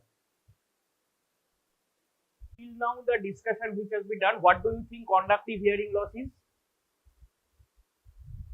Till now, whatever we have discussed today in the last 10 minutes, 10, 15 minutes, 10, 12 minutes, what do you think conductive hearing loss is? Where the issue will be there?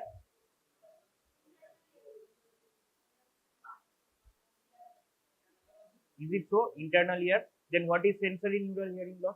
So first, okay, then if there is a confusion, first come to sensory neural hearing loss. If there is a issue, to understand simply, if there is some issue in the inner ear, either in the nerve or in the hearing apparatus, then we call it sensory neural hearing loss. Okay, then we call it sensory neural hearing loss, which is more common than conductive hearing loss, which is more common. Okay, which is more common. Hearing loss due to issues in the inner ear, either the vestibulocochlear part of the vestibulocochlear nerve itself, or the, say, the organ of Corti. Okay, the hearing apparatus is called sensory neural hearing loss. Conductive hearing loss is the defect is in the conduction pathway. So how is that possible? And how can, where is the issue now in conductive hearing loss? Obviously, both can be there. It is difficult, obviously. You can say both can be there together. Conductive hearing loss or both, or everything is gone. So our issue, our purpose of testing is whether, purpose of the testing is vestibulocochlear nerve, whether it is sensory neural hearing loss. Whether the nerve is working, we should diagnose or not, we should diagnose whether the hearing loss is conductive or sensory neural. You may argue that both may be gone, but that is not the purpose of testing. Purpose of testing is, do you get it? 8th nerve is very important for exam point of view, and of course in the real world when you, so this is sensory neural or conductive. Sensory neural defect is in inner ear. Defect is in inner ear. Either the cochlear part of vestibular nerve, which we are talking about, one of the cranial nerves, or the organ of Corti, etc. If only we speak of the cochlear part of the vestibular nerve, then it should be called neural hearing loss. Sensory neural means that inner ear, hearing apparatus, including the cranial nerve, 8th nerve. Conductive hearing loss means issue is in the conduction pathway, that is ossicles or bones. Ossicles or bones. Again, some type of confusion like deafness and hearing loss. I suggest use the term hearing loss. Why? We told that deafness usually we interpret it is ear can hear nothing. Actually, it is not. Hearing loss, deafness, same thing. It may be partial, it may be total, but try to use the term hearing loss, total hearing loss, partial hearing loss, so that there is no confusion. Here again, when we talk of conductive hearing loss, we should say either it is in the ear ossicles, there is some problem, or even before reaching the ear ossicles, there is a foreign body lost near the external auditory meter. So the vibrations are not being able to properly reach the ear ossicles also. So this is through the external auditory meters, middle ear, inner ear, this pathway. This pathway, there is some problem. That, or there may be some conduction in the bone, skull bones. There is severe, say you have been heard, otosclerosis. That means the bone has eroded out. Okay, bone has eroded out. Say the bone has eroded out. So this pathway is defective. But again, commonly conductive hearing loss means, so it can be any of these, either through the, that is, air conduction is defective or bone conduction is defective, should be called conductive hearing loss, right? There is a issue in the conduction. Nerve, say intact. We assume that the nerve is intact, organ of Corti, all these are intact, but there is an issue in conduction. So that may be in the external ear, middle ear, ossicles, this pathway, or through the skull bones. Any pathway, but commonly conductive hearing loss means the defect is in the ossicular pathway.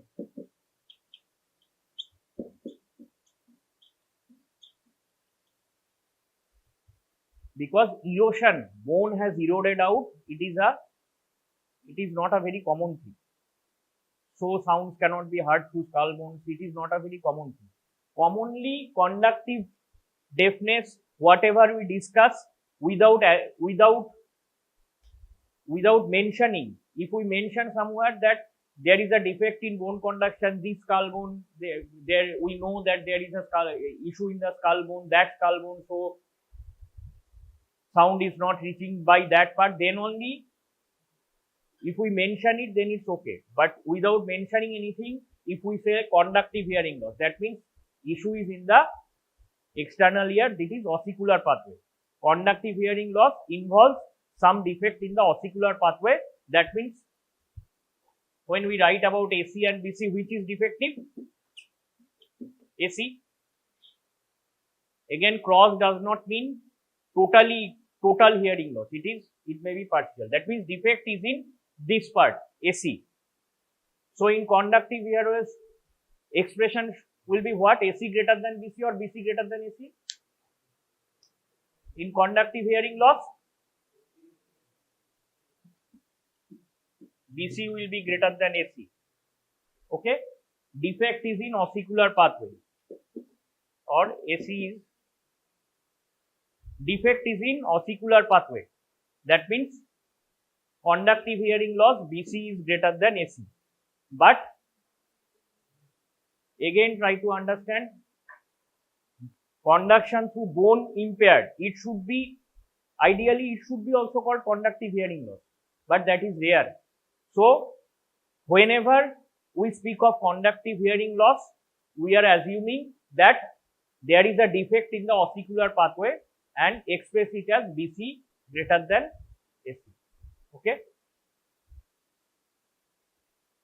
Now in sensory hearing loss, sensory neural hearing loss, conductive pathways are okay. Sensory neural hearing loss, what should you write? AC greater than BC or BC greater than AC?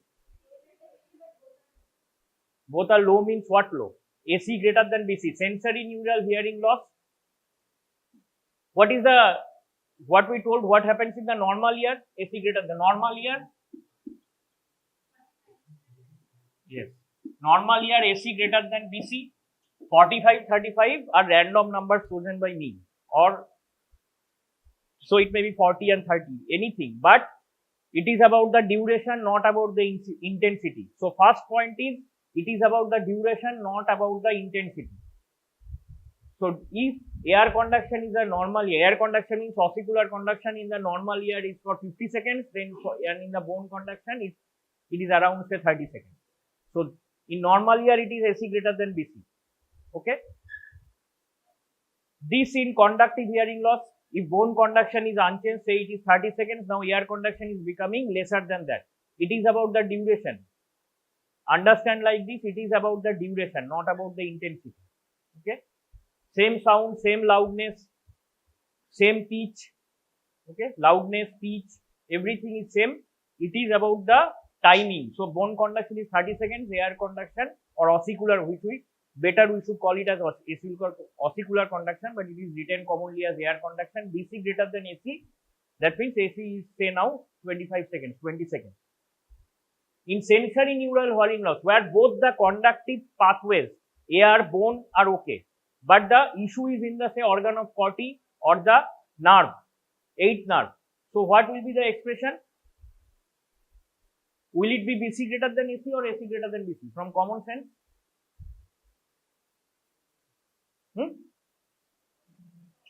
It should be AC greater than BC. But what will decrease? It is duration. Now it was 50 and 30. Now say it is becoming 35 and 25. What was 50 becomes 35. What was 35 now becomes 25. Got it? Before going, tests are very easy. 8th nerve, easy means tests are simple tests. Two or three tests, simple tests. But before that, just knowing about the test, you do the test like this. If you don't understand anything, you can't remember. And for beginners, if you just try to memorize, you will forget. Before you go to the 3rd year and again read these things in the ENT classes, you will forget everything. First, try to understand. Tests would not take much time. 8th nerve class can be taken in 15 minutes, 20 minutes. So AC, normal ear AC greater than BC, that is clear. Duration 50 and say 35 seconds. This will become in conductive hearing loss, which pathway is gone? Actually, ideally speaking, any of the pathways may be involved. Either air conduction, that means ossicular conduction, or bone conduction. Okay. Air conduction or bone conduction. Any of the pathways may be involved. But without not mentioning otherwise, commonly it is taken that ossicular conduction means any issue in the ossicular conduction pathway is conductive deafness. Bone conduction pathway, this is like otosclerosis, bone has eroded out, so that nerve is okay, sensory neural hearing part is okay, the inner ear hearing apparatus is okay. Only the bone has eroded out, it is not being able to reach through the skull bone, that is rare. So, conductive hearing loss, without mentioning anything otherwise, it means there is defect in the ossicular pathway, that is BC greater than AC. What was BC is remaining normal, we assumed it to be 35 seconds, it is 35 seconds still now, but through the ossicular pathway it was 50 seconds, now it has become 25 seconds, right? That is BC greater than AC. What will happen in sensory neural hearing loss? 50 will become say 31. Nerve is okay, inner ear is okay, apparatus is okay. Do you get this thing? Then we'll go on to the next part. 50 has decreased to 35. That 35 which was BC has decreased now to 25. But still AC is greater than BC in sensory neural. Do you get it, everybody? Everybody understand this part? Why in sensory neural hearing loss AC is still greater than BC? Okay. Now this timing varies for different individuals. So if by means of some test we can conclude that AC greater than BC, can we say the ear is normal or there is sensory neural hearing loss? Timing is varying. It is not exact 50 seconds in case of every individual. It is not exact 35 seconds bone conduction is in every individual. AC greater than BC will give me a result interpretation that it may be normal ear or there may be sensory neural hearing loss. Can we conclude? No. সবাই বুঝতে পারছো এই জায়গাটা? Do you get this part? AC greater than BC, we cannot conclude whether there may be no hearing loss at all. Still AC will be greater than BC. These 50, 30, 25, all these numbers we are assuming arbitrarily just for the purpose of understanding. Even if I use a watch as we use during the examination of pulse, so 50 seconds for every individual, it will not be 50 seconds. For every individual, BC will not be 35 seconds. That is for the purpose of understanding. We just assume some figures. Obviously, it will not be 5 seconds. If someone 40 seconds, 50 seconds, 46 seconds, 43 seconds like this, but it is not same for every individual. So if we can test somehow and see that, okay, time for air conduction or ossicular conduction is greater than that of bony conduction, I cannot say surely whether it is normal ear or there is some sensory hearing loss. Get it? বুঝেছো এই জায়গাটা? AC greater than BC তো দুটো ক্ষেত্রেই হতে পারে. Timings are different for different individuals. So even if we can test and see that AC greater than BC, we cannot say whether it is normal ear or there is some sensory neural hearing. Right? বলতে পারবো না. কিন্তু BC greater than AC যদি পাই, as conductive hearing loss, we are assuming that it is not through bone conduction pathway. That is rare. Bone conduction pathway দিয়ে conductive hearing loss হচ্ছে, that is rare. So conductive hearing loss define করে দেওয়া হচ্ছে এইভাবে, unless otherwise mentioned, it is through the ossicular conduction pathway which is written commonly as AC. BC greater than AC যদি পেয়ে যাই, the duration of bone conduction is greater than that of air conduction, we can conclude that there is hearing loss and it is due to defect in the ossicular pathway. Conductive hearing loss আমরা ডিফাইনই করছি সেভাবে যে defect is in the ossicular pathway. এই জায়গাটা বোঝা গেছে? BC greater than AC মানে hearing loss is conductive, AC greater than BC মানে হিয়ারিং লস যে আছেই তার কোনো মানে নেই, নর্মাল ইয়ারও হতে পারে। এই জায়গাটা বোঝা গেছে? এটা না করে কোনো টেস্ট করে লাভ নেই, টেস্ট গুলো করতে 5 মিনিট লাগে জাস্ট টেস্ট শিখতে। দুটো টেস্ট আছে এখন, আর বাকিগুলো করা হয়, Rinne's test and Weber's test. Rinne's test আর ওয়েবার্স টেস্ট করে ছেড়ে দিতে 5-7 মিনিট 10 মিনিট লাগে, তারপর নিজেদের প্র্যাকটিস করতে হবে। As in all clinical methods you should practise yourself or you forget to teach Rinne's test and Weber's test. Just showing the test it takes 10 minutes maximum, but you should understand this first. What is hearing loss and deafness? Both are same, but we are avoiding the term deafness and trying to use hearing loss. In books it is written deafness, conductive deafness. That means hearing loss, it is usually partial, not total.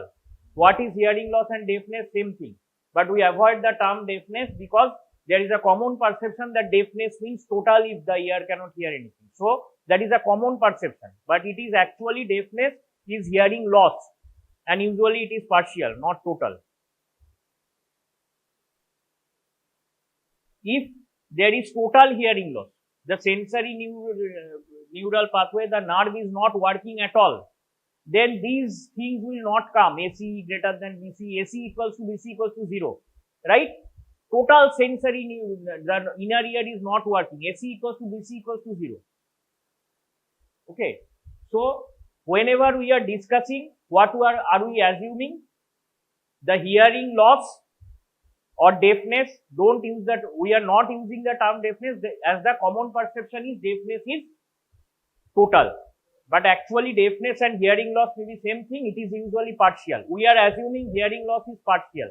If it is total, then AC in sensory neural pathway, totally it is not working. 8 nerve is completely destroyed. Nothing is reaching the organ of Corti, or organ of Corti is completely destroyed.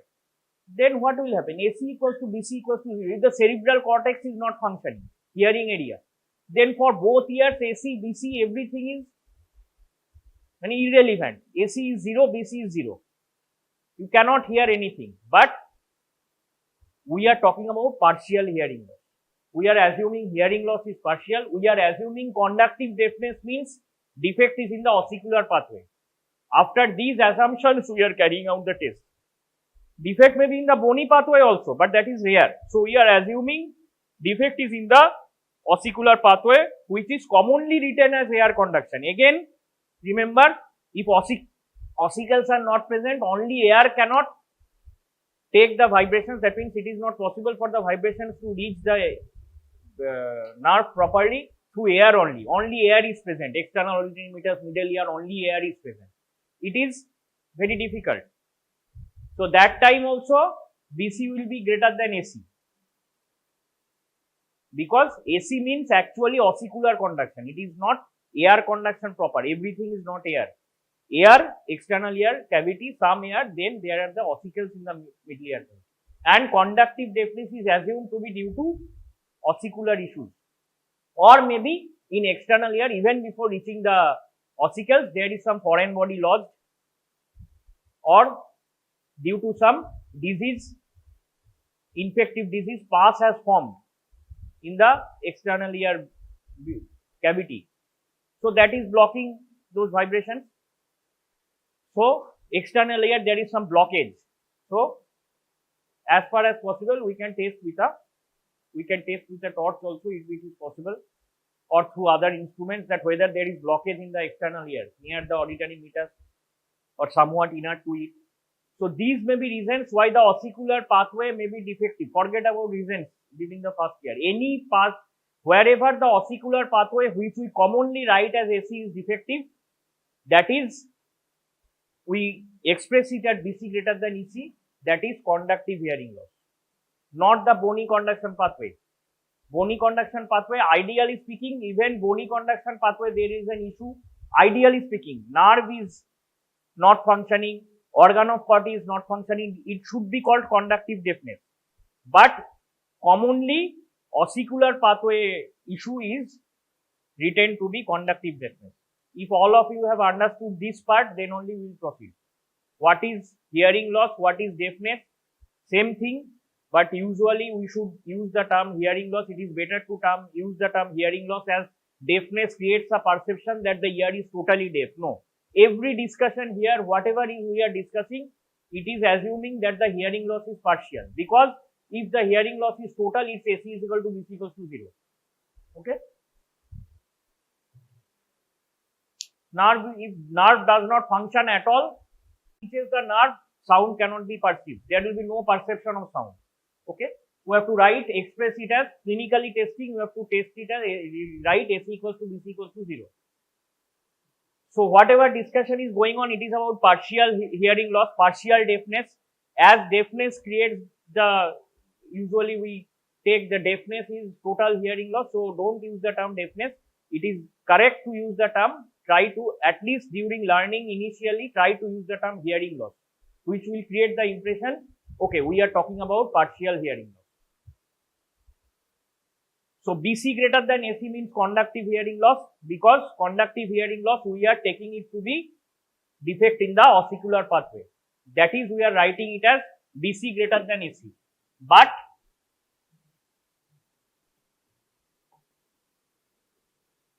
if AC is greater than BC, which we obtain by means of some test, if we get AC greater than BC, we cannot conclude that at all there is any hearing loss or not. It may be normal ear or it may be sensory neural hearing loss.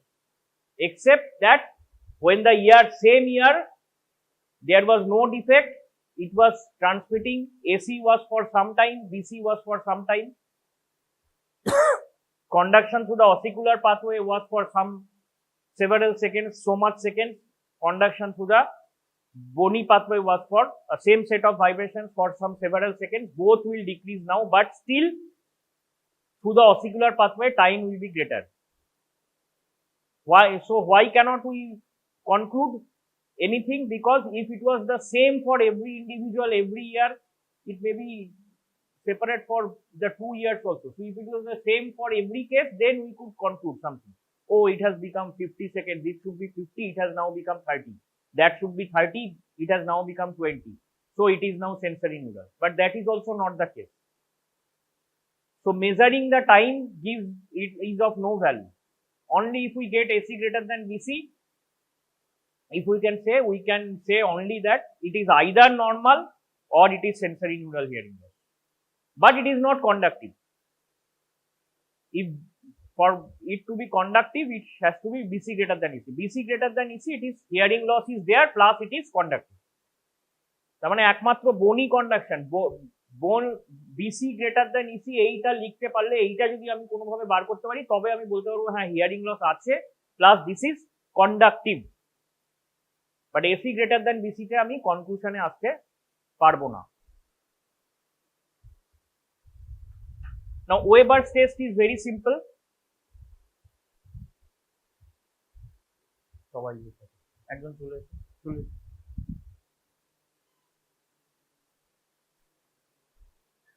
চেয়ারটা নিয়ে আসতে হবে, এবার টুলটাই বসু এখানে সামনে মাঝখানে তো নিয়ে।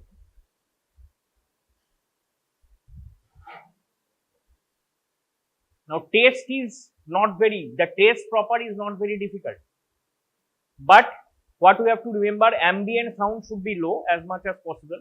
It is in the real world it is not possible to make it zero, here also it is not possible.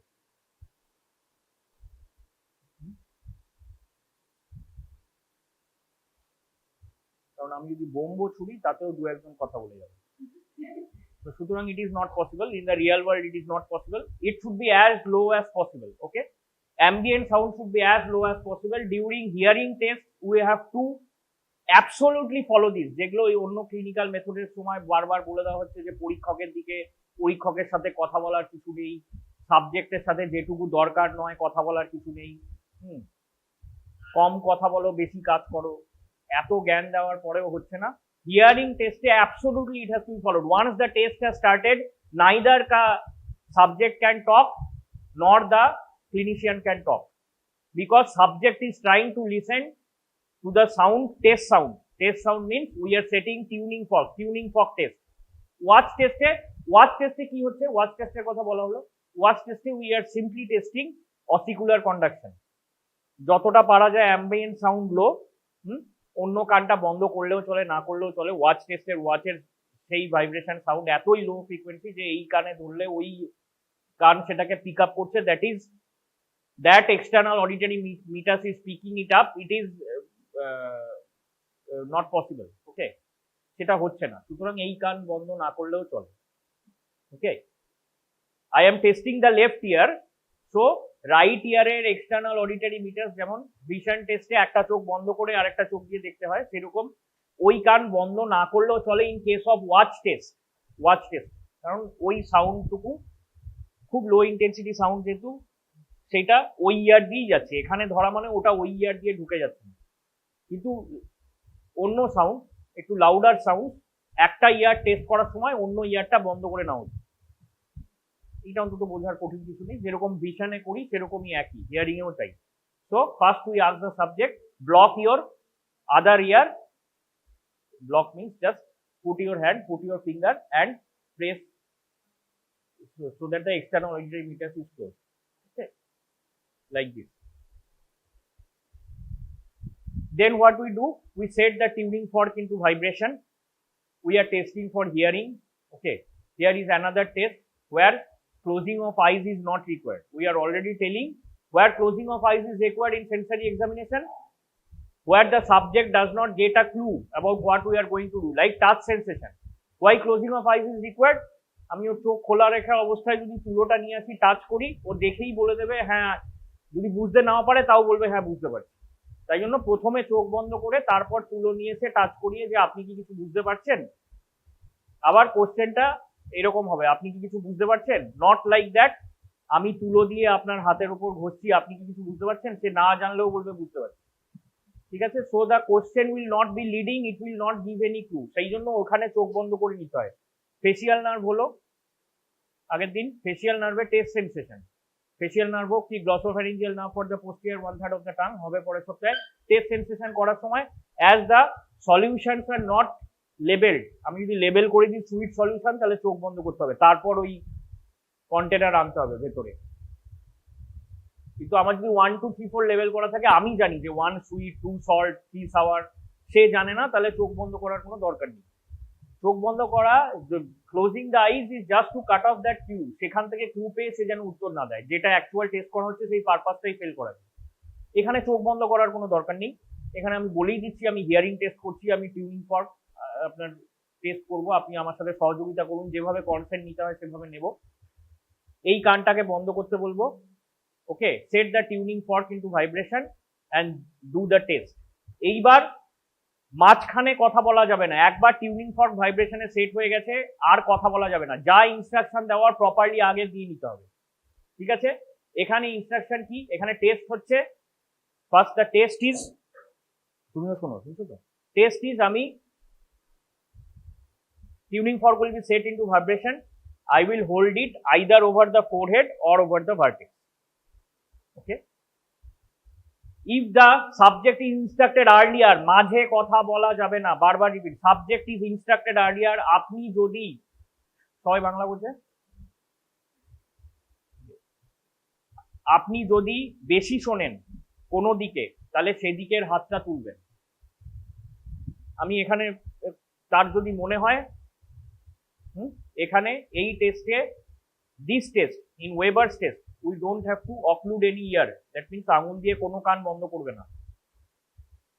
ঠিক আছে, স্টিল আমি যখন প্লেস করব vibrating tuning fork, I will place either over the forehead or over the vertex and I will ask if you hear more on any side, raise that hand.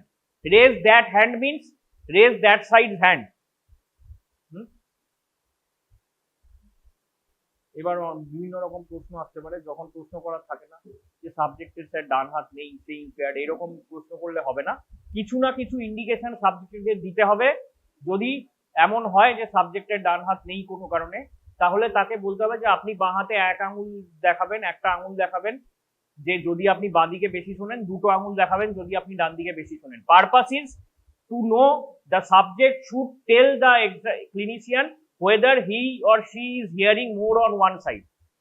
Usually আমরা বলছি যে raise your right hand if you hear more on the right side, raise your left hand if you hear more on the left side. If you hear equal, nothing to do. You should sit still. When I will complete my test, I will tell you and ask you. ঠিক আছে, যদি কোনো দিকে না শোনায়, so test is very simple. ওকে না ডাকলেও হতো, ইনফ্যাক্ট নিজেরা বলেন, just tuning fork is set into vibration, এমন ভাবে করতে হবে যাতে সঙ্গে সঙ্গে ডাই ডাউন না করে যায়।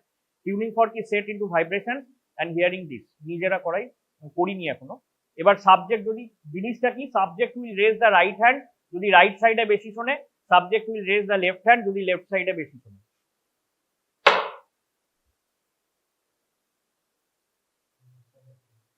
নো টকিং, এটাই বলে দিতে হবে, মাঝে কোনো কথা বলা যাবে না। যদি সে বেশি শোনে, কম শোনে, সব, অন্য কোনো সাউন্ড হবে না, এটা করবে। This is Weber's test. Okay, this is how to do the interpretation, we are coming to it. Okay, ছেড়ে দিই। তারপর another test is there, Rinne's test. Okay, we are taking the wrong route. কেন wrong route? Wrong route means ভুল পথে শেখা হচ্ছে, সেটার জন্য বলা হয়নি। ঠিক আছে, ডান দিকে গিয়েই করবো না, 0 পেলাম নাকি বাঁ দিক দিয়ে করার জন্য, এখানে কোনো এ নেই, মাঝে গিয়ে করলেই হবে, টেস্ট করলেই হবে। ডান দিক বাঁ দিক এখানে ম্যাটার করে না, অবশ্যই লিভার প্যালপিটেশনের সময় ম্যাটার করে। That is not the wrong route means ভুল পথে শিখছি। কেন? সব বইতে আগে রিনিস টেস্ট লেখা আছে, তারপর ওয়েবার্স টেস্ট লেখা আছে, প্রায় সব বইতেই, হয়তো বইতে আগে রিনিস টেস্ট লেখা আছে, পরে ওয়েবার্স টেস্ট লেখা আছে। ওয়েবার্স টেস্ট আগে বলা হলো, রিনিস টেস্ট তারপর বলা হচ্ছে, ভুল পথ। রং রুট মিনস W&R, ফার্স্ট ওয়েবার্স দেন রিনিস। ঠিক আছে, সেটা কেন সেটা বলা হবে। So Rinne's test is, if we are testing for the left ear, say first for the left ear, right eye has to be, obviously left ear করলে করাই যায় রাইট সাইড থেকে, it will better to stand on the left side of the subject. We will set the tuning fork into vibrations. Tuning fork in first, ask the subject to close the right ear, আঙুল দিয়ে, এবং সেটা confirm করে নাও, no cheating, সেটা confirm করে নাও। ও already জানে আমার বাঁ কান খারাপ আছে, এ ডাক, যদি জানে তাহলে সাবজেক্ট, ও নয় মানে সাবজেক্ট যদি জানে বাঁ কান খারাপ আছে, ও শুনতে পাবো না, কোনোভাবে ডান কান দিয়ে শুনি বলি, না হলে এখনই অপারেশনের কথা বলে কি না কি করবে এই সব। সুতরাং নো চিটিং, যাতে চিটিং না হয় তাই জন্য প্রথমে ইয়ার ক্লোজ করেছে সেটা দেখে নিতে হবে। Now I will test, I set the tuning fork into vibration. Instruction will be, আমি আপনার কানের পেছনে এটা ধরবো, যখন আপনি শুনতে পাবেন না তখন হাত তুলবেন। সুতরাং আবার অ্যাজিউমিং তার দুটো হাতই আছে, নাহলে একটা হাত যদি তুলতে হয় তাহলে আর বন্ধ করবে কি করে, তখন অ্যাসিস্ট্যান্টকে লাগবে, সে বন্ধ করবে। সুতরাং হাত তুলবেন যখন আপনি শুনতে পাচ্ছেন না। একদম এইভাবে তোলার দরকার নেই, জাস্ট একটা সিগন্যাল দিলেই হবে। হাত তোলা মানে this is the purpose is একটা সিগন্যাল দেবে যে আমি শুনতে পাচ্ছি না, ঠিক আছে।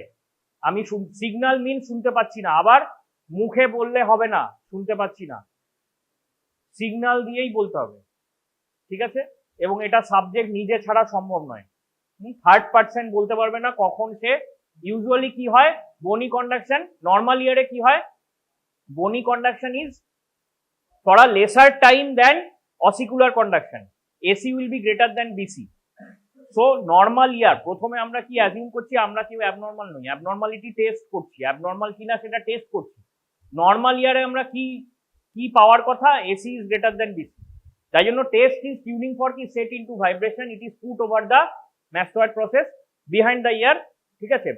ঠিক কানের পেছনে বসানো হয়, কানের পেছনে বসানো হয় লাইক দিস।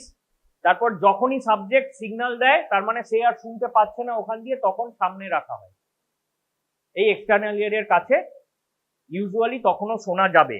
একবার দেখিয়ে দেওয়া যাক, কঠিন কিছু নেই, করো। মাঝখানে কোনো কথা বলবে না, জুডিশিয়ার নিজেও বলবে না। যে সাবজেক্ট কিছু হাত তার তুলছে না দেখে বললো যে আপনি কি শুনতে পাচ্ছেন, তার মানে সাবজেক্ট ফলো করতে পারেনি ইনস্ট্রাকশন। সিগন্যাল দিচ্ছে না মানে ফলো করতে পারেনি, বলতে হবে আমি রিপিট করছি। হ্যাঁ, তারা লেম্যান, প্রথমবার ইনস্ট্রাকশন দিচ্ছি নাই রিপিট করতে পারে, তার সে করলো না মানে তাকে মেরে ধরে তাড়িয়ে দেওয়া যাবে না, ঠিক আছে। সে না করলে যে আপনি হয়তো আমার কথা বুঝতে পারেননি, হয়তো করলো না, হ্যান্ড রেস করলো না, তাহলে আপনি বুঝতে পারেননি। আমি আবার বলছি, একটু মন দিয়ে এটা মনে রাখবেন যে যখন এখানে আর শুনতে পাবেন না কিছু, তখন আপনাকে একটু হাতটা তুলতে হবে, জাস্ট স্লাইটলি। এমন হাত না তুলছি যে আমার হাত থেকে টিউনিং ফর্ক বেরিয়ে চলে গেল, ঠিক আছে, এইরকম হাত তুলতে হবে না। Just slightly raise the hand to signal যে আমি আর শুনতে পাচ্ছি না, ঠিক আছে। ওই কান করে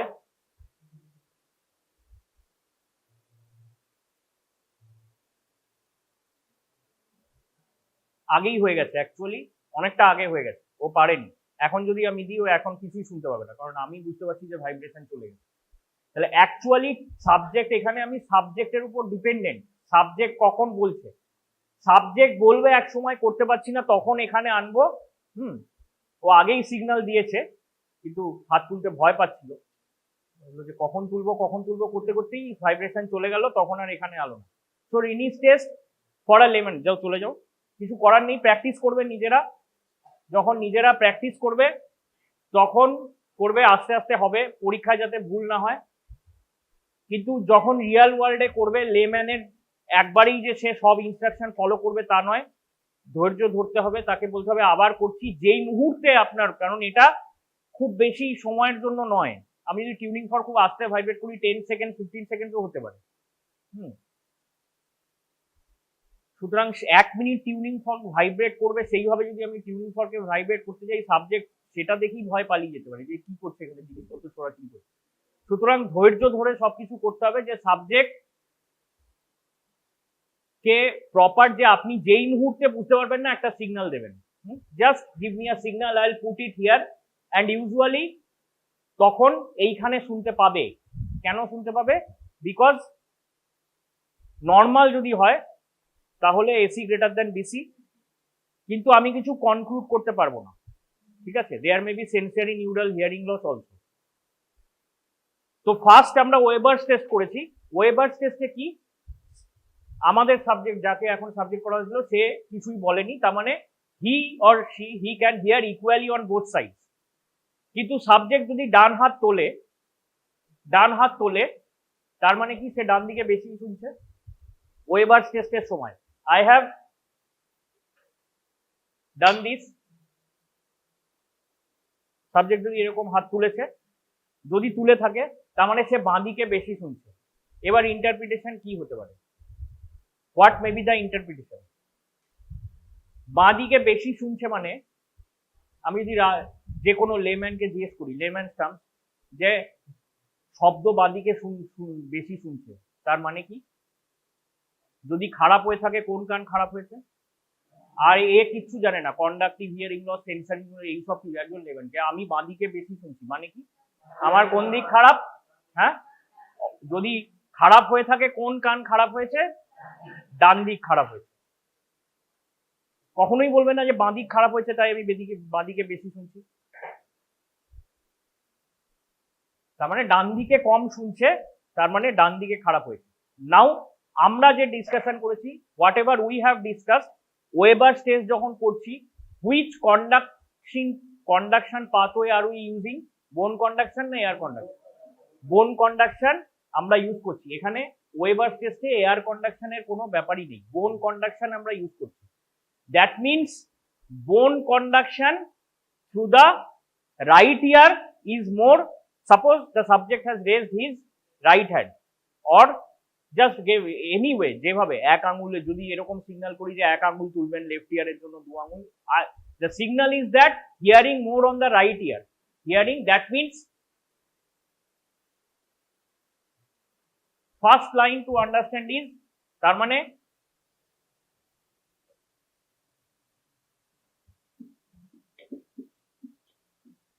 the subject has raised his right hand. That means BC of right ear is greater than BC of left ear. Here we are not comparing AC and BC. In Rinne's test, we are comparing AC and BC of same ear, right? Rinne's test, obviously Rinne's test দুদিকে করতে হবে। Rinne's test দুদিকে করতে হবে। যখনই আমি Rinne's test করছি দুদিকে করে নিতে হবে। কিন্তু তার আগে ওয়েবার টেস্ট করেছি BC of right ear is greater than BC of left ear. Rinne's test যদি আগে করি তাহলে রিনিস টেস্ট দুদিকে করতে হবে। ওয়েবার টেস্ট করেছি BC of right ear is BC of left ear, সে হাত তুলেছে। তার মানে কি হতে পারে? একজন লেম্যান কি বলবে? ও ডান কানে বেশি শুনছে, মানে বাঁ কানটা খারাপ। তাও কি খারাপ? বোন কন্ডাকশন তো দুটো দিয়েই হচ্ছে, তাহলে কি খারাপ? একটা হতে পারে লেফট ইয়ারের মানে লেফট সাইডের বনি কন্ডাকশনটা ঠিক মতো হচ্ছে না, ঠিক মতো হচ্ছে না। লেফট ইয়ার বনি, ওয়ান ইন্টারপ্রিটেশন ইজ বনি কন্ডাকশন, সেটা লিখছি না, কেন লিখছি না এখনই বলবো। বনি conduction of left ear is defective, সুতরাং রাইট ইয়ারে বেশি শুনছে, সেটা একটা ইন্টারপ্রিটেশন হতে পারে তো। But we are not classifying hearing loss on the basis of bony conduction. করেছি কি conductive hearing loss আমরা কি বলেছি? we are assuming there is some difficulty in or there is some issue in ossicular conduction, not bony conduction. ঠিক আছে, সুতরাং bony conduction কম হচ্ছে এর বেসিসে এইটা অ্যাজিউমই আমরা করে নিয়েছি যে bony conduction ঠিকই আছে, this is rare, bone has eroded out, তাই জন্য hearing loss হচ্ছে, this is rare। তাই জন্য সেইটা আমরা সেই আলোচনাতেই যাচ্ছি না। We are not interpreting. Interpretation is always on the basis of ossicular কন্ডাকশনে। কন্ডাক্টিভ ডেফনেস বলতে হলে অসিকুলার কন্ডাকশন। যদি এমন হয় ওয়ান ইন্টারপ্রিটেশন যে এইটা হচ্ছে বিকজ লেফট সাইড দিয়ে স্কাল বোন দিয়ে জিনিসটা রিচই করছে না লেফট নার্ভে, সেটা হতে পারে, বাট সেটা ভেরি রেয়ার, সুতরাং আমরা সেই ডিসকাশন এখানে করছি না। We have to see if that is not, তাহলে লেফট সাইডে কম শুনছে। কেন কম শুনছে? বিকজ দা ওটাকে এক্সক্লুড করেছি বাই অ্যাজিউমিং, কারণ বনি কন্ডাকশনে কন্ডাক্টিভ ডেফনেস আমরা বলছি না। Conductive deafness can be through defect in ossicular conduction. তাহলে একজন লেম্যান, সে এত কিছু জানে না, সে বলবে বাঁ কানটা খারাপ আছে তাই ডান কানে বেশি শুনছে। কি খারাপ আছে? অর্গান অফ হিয়ারিং অথবা 8 nerve খারাপ আছে।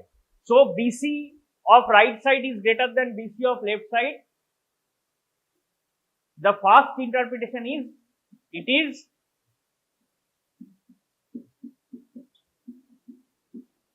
মানে কি sensory neural hearing loss of left side, right?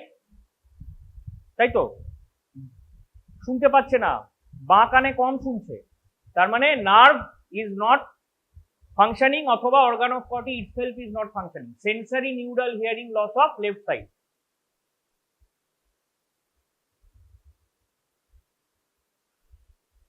ঠিক আছে, যেটা যে কোনো যে বাঁ কান খারাপ, বাঁ কানের নার্ভটাই কাজ করছে না, তাহলে অবশ্যই ডান কানে বেশি শুনবে। পাথওয়েটা বনি কন্ডাকশন, অ্যাজিউমিং দুদিকেই বনি কন্ডাকশন, বনি কন্ডাক্টিভ পাথওয়েতে কোনো ডিফেক্ট নেই, ঠিক আছে, দ্যাট ইজ ভেরি রেয়ার। সুতরাং সেটাকে আমরা অ্যাজিউমই করে নিয়েছি বনি কন্ডাক্টিভ পাথওয়েতে কোনো ডিফেক্ট নেই। সুতরাং sensory neural hearing loss of left side, bony conduction of right side, সে ডান হাত তুলেছে, that is sensory, one interpretation may be sensory neural hearing loss of left side, right. আরেকটা কি হতে পারে তার জন্য বুঝতে হবে what is masking effect. Masking effect means the sounds from the ambience are masked কেন হতে পারে? ওয়েবার টেস্টে আমি কোনো কান বন্ধ করতে বলেছি না, both ears were open but sound through the left or right, এখানে রাইটে বেশি শুনছে, sound through the right ossicular conducting pathway, that is masked, right ossicles যে কন্ডাকশন করছে সেইটা ভালো শুনতে পাচ্ছে না। কেন মাস্ক? কেননা অসিকুলার পাথওয়ে ইজ ডিফেক্টিভ। তাহলে রাইট সাইড দিয়ে সেই সাউন্ড গুলো রাইট নার্ভে ভালো পৌঁছচ্ছে না। রাইট নার্ভ লেফট নার্ভ দুটোই ঠিক আছে, বাট রাইট নার্ভে সাউন্ড পৌঁছতে পারছে না because ossicles are not functioning properly, that is called masking effect. Masking effect mean sounds from the ambient sounds are mask, তাই আমার টেস্ট সাউন্ডটা বেশি শুনতে পাচ্ছি। Ambient sound being masked, MASKED, কোভিডের সময় যে মাস্ক পরেছি, মাস্ক মানে ঢেকে ফেলা, তার মানে অ্যাম্বিয়েন্ট সাউন্ড ঢাকা পড়ে যাচ্ছে। কেন ঢাকা পড়ে যাচ্ছে? কেননা সেই সাইডের ইয়ার অসিকলস আর ডেফিসিয়েন্ট, কাজ করতে পারছে না। তাহলে অ্যাম্বিয়েন্ট সাউন্ড মাস্ক হলে সেই সাইডে কি হবে? As if bony conduction is greater, right. কিসের তুলনায় গ্রেটার? এয়ার কন্ডাকশনের তুলনায়। That means this gives the second interpretation কি হতে পারে? BC right greater than BC left. এইটা ধরে নিয়ে আমরা বলছি sensory hearing loss of left side. But এর আরেকটা ইন্টারপ্রিটেশন কি? সরি, এইটার অর দিয়ে লেখা উচিত, মুছে দিয়ে আবার লিখছি ছোট করে, জায়গা আছে না। সো লেফট সাইডে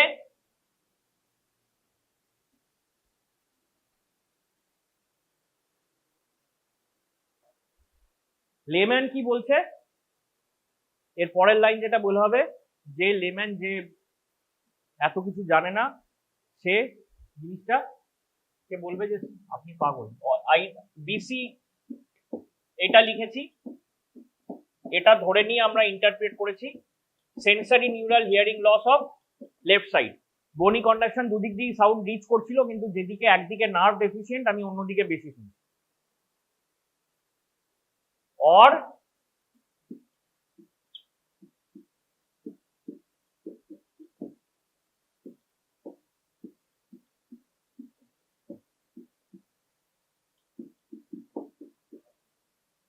বা ইজিক্যাল টু না লিখে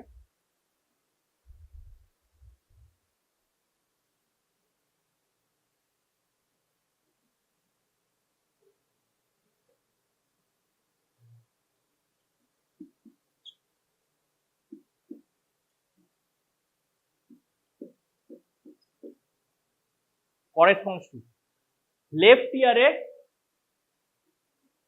ইয়ারে এগুলো জাস্ট বোঝার জন্য, এগুলো কোনো বইতে লেখা নেই, জাস্ট বুঝে নিলেই হবে। লেফট ইয়ারের এসি বিসি যেরকম হয় সেরকমই আছে। লেফট অসিক্যালসে কোনো প্রবলেম নেই, এসি গ্রেটার দেন বিসি, যেটুকু বেশি সেটুকু, তার মানে ইট ইজ অ্যাজ লেফট ইয়ার যেরকম নর্মাল শোনে সেরকমই নর্মালি শুনছে, ঠিক আছে। ইট করেসপন্ডস টু মানে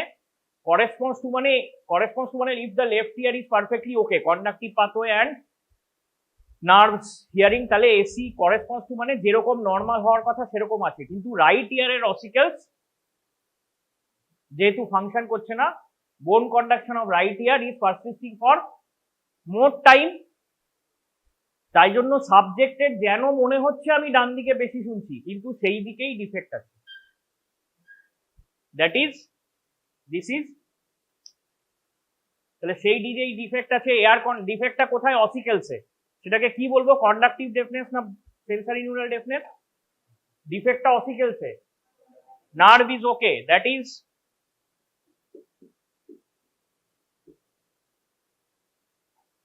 ডান দিকে বেশি শুনছে, ডান দিকেই সমস্যা। কোনো লেম্যানকে বলবে আপনি পাগল, অসম্ভব। ডান দিকেই সমস্যা, ডান দিকেই বেশি শুনছে, হতে পারে না।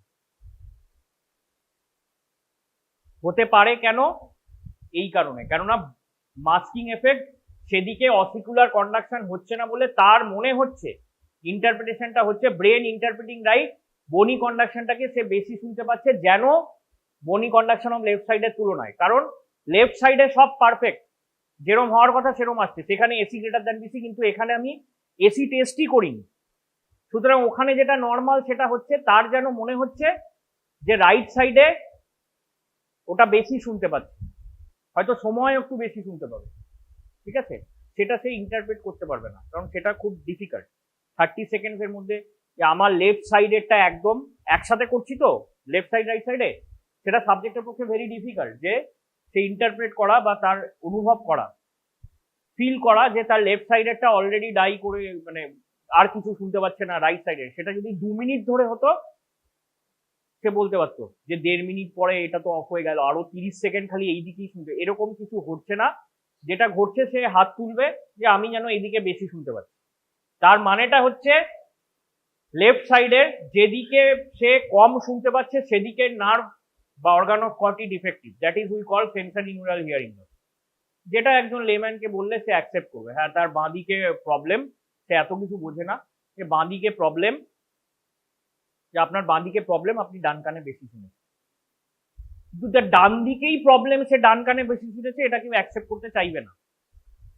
সে বলবে যে আপনার কাছে আর দেখিয়ে লাভ নেই, মানে মনে মনে বলবে এবারের ফিসটা দিচ্ছি এটাই বেশি, ঠিক আছে, আরেকজন ডাক্তারের কাছে যাবে।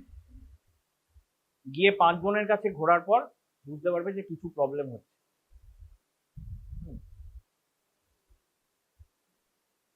মানে কিছু প্রবলেম হচ্ছে সেটা তখনও স্বীকার করবে না, ভাববে 5 জনই খারাপ, বেকার বেকার ফিস দিয়ে ডাক্তার দেখাচ্ছে। ব্যাঙ্গালোরেও গিয়েও তাই দেখবে।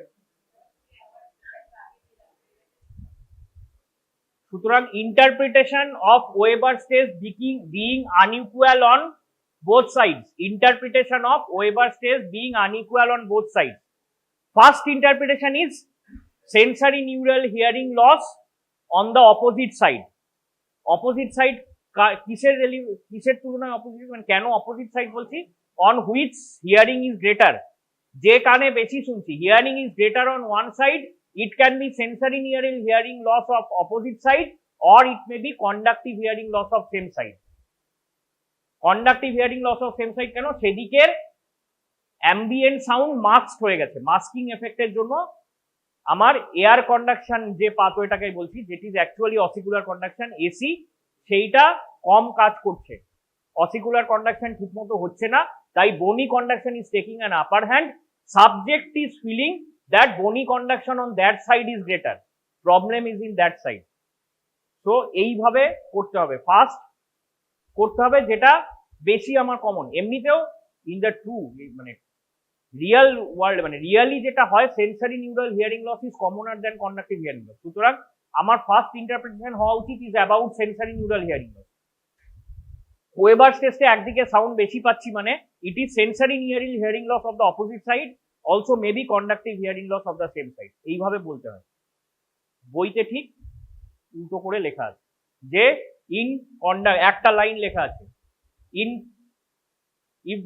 in conductive deafness the subject hears more on the normal side.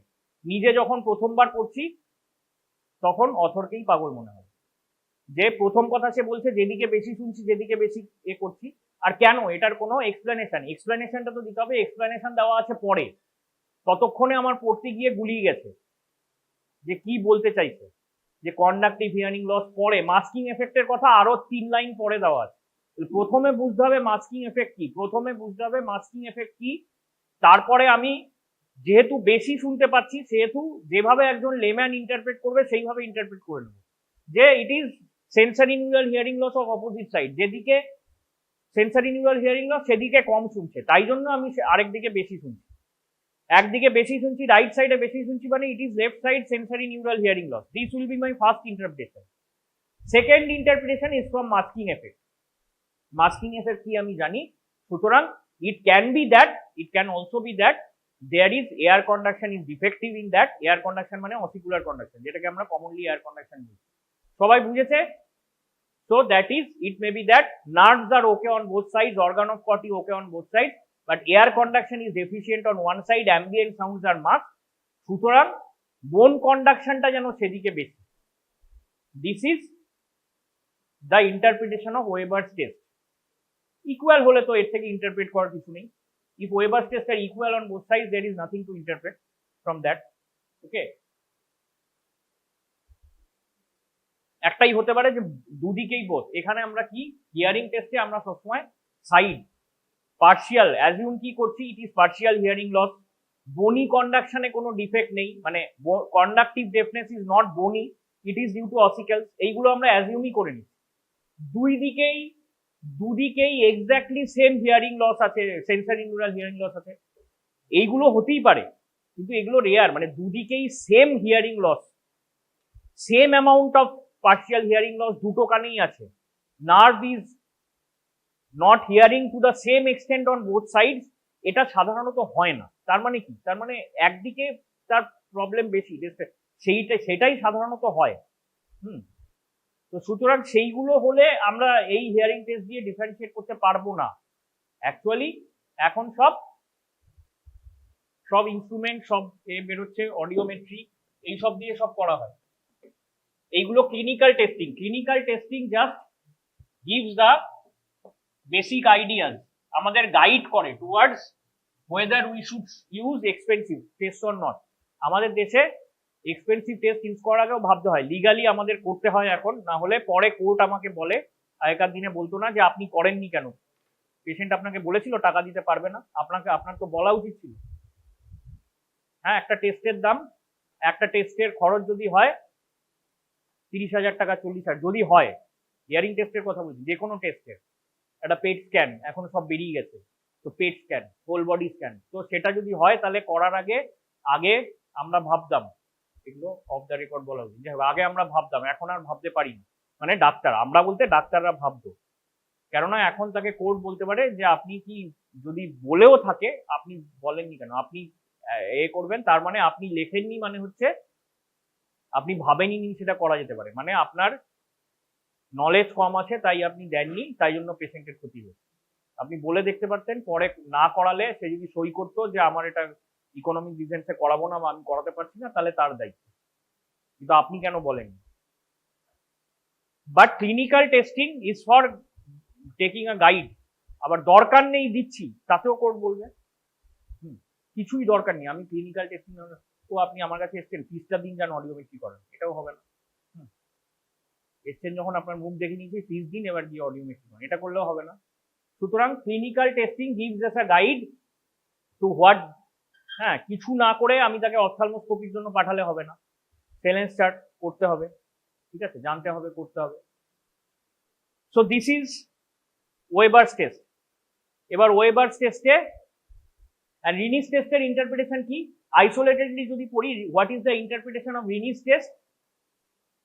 Rini's টেস্টে আমি দুখানি আলাদা আলাদা করেছি, আইদার এই দুটোর মধ্যে পাবো, তো এটা পাবো তো, রাইট ইয়ারে যখন করেছি বিসি গ্রেটার দ্যান এসি যদি হয়ে থাকে, it is conductive hearing loss of that side. Conductive hearing loss মানে কি, ossicular conduction is defective, BC greater than AC পেয়েছি মানে it is conductive hearing loss of that side. কিন্তু AC greater than BC পেয়েছি মানে কি, it can be either be normal ear অথবা it can be sensory neural hearing loss. সুতরাং Rinne's test, isolatedly Rinne's test cannot confirm or cannot distinguish between normal ear and sensory neural hearing loss. ঠিক আছে, এইবার ওয়েবার্স test করে নিয়েছি, এইবার একটা condition দেখি, ওয়েবার্স টেস্ট করে নিয়েছি,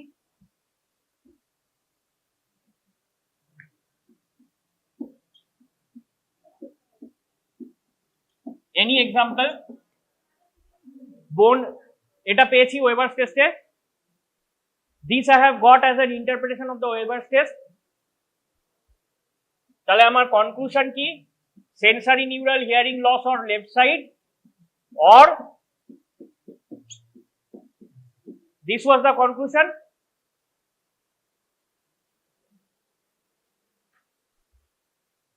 ঠিক আছে, এবার রিনিস টেস্ট করলে দেখা যাবে। রিনিস টেস্ট কোন দিকে করেছি? লেফট সাইডে আর রাইট সাইডে দুদিকেই করেছি।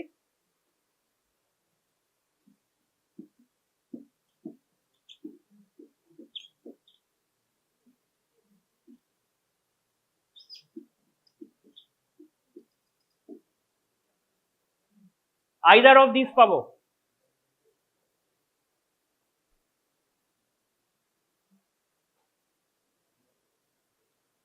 if in a person এর একটা পার্সনের ওয়েবার্স টেস্ট যদি এটা এসে থাকে, ওয়েবার্স টেস্টের রেজাল্ট, তাহলে রিনিস টেস্টে I will get either of these।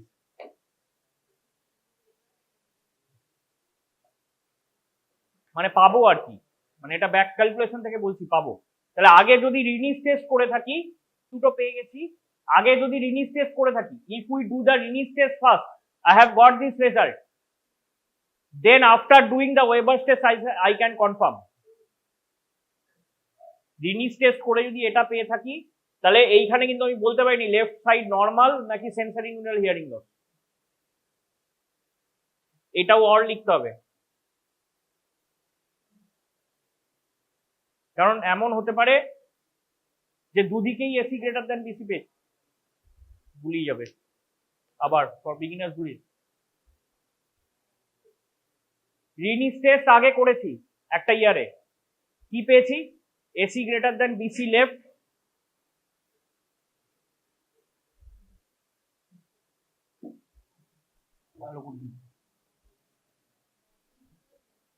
আগে রিনিস টেস্ট করেছি, কি পেয়েছি?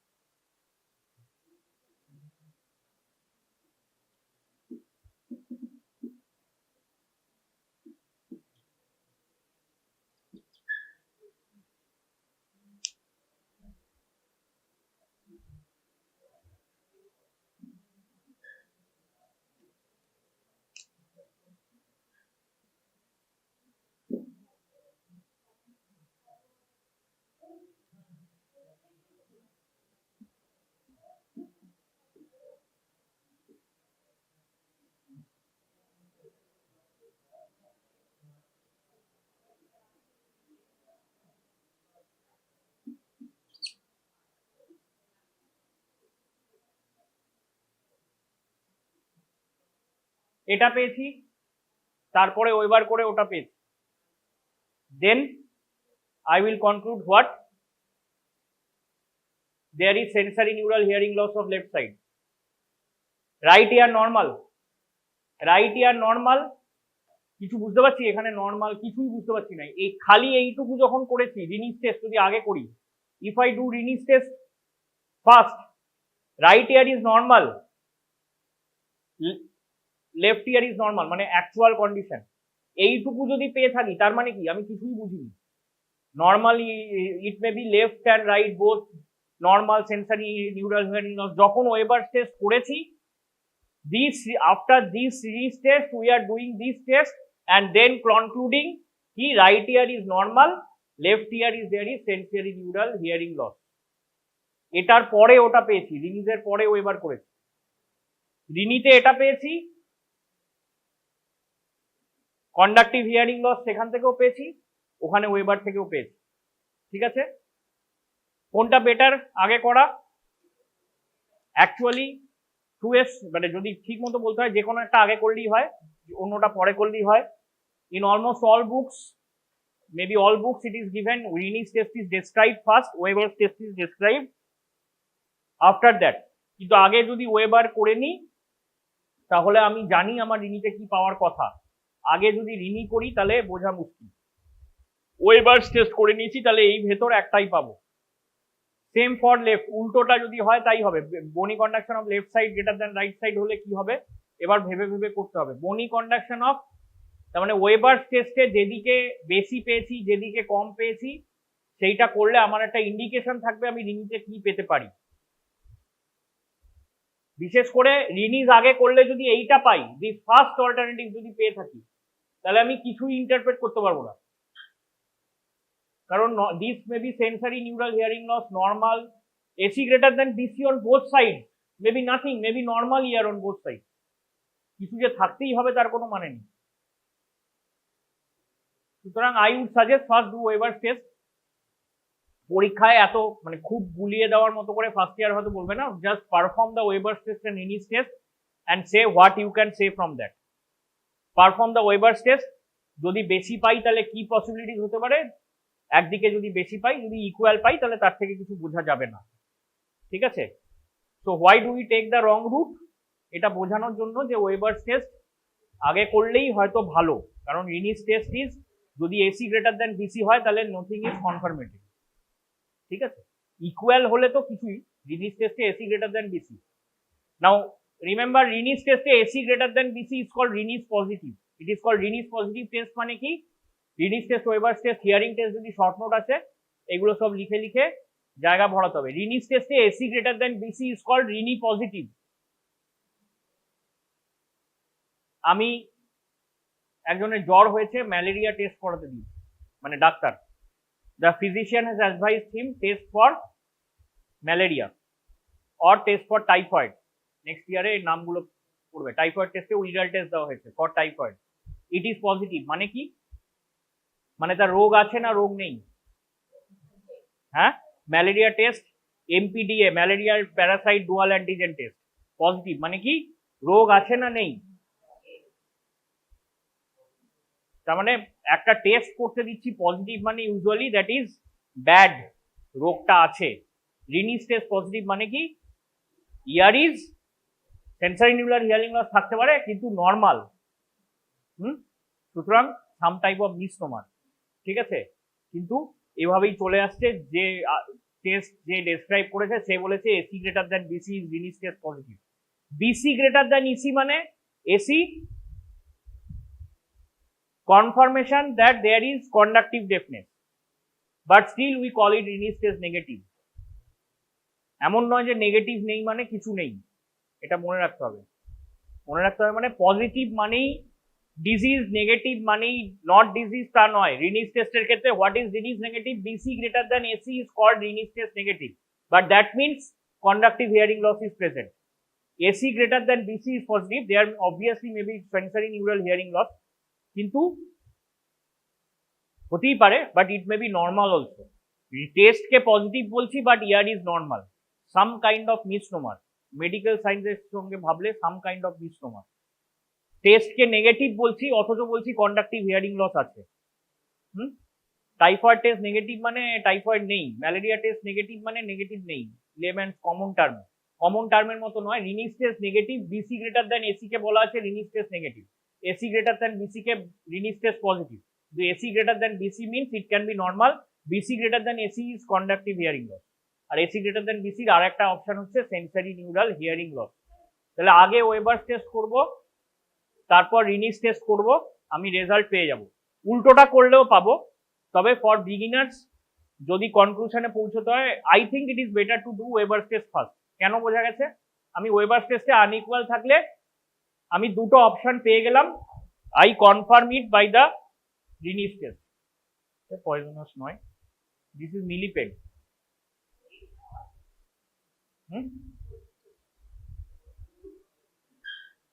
বলেই কেটে দেবে। So this is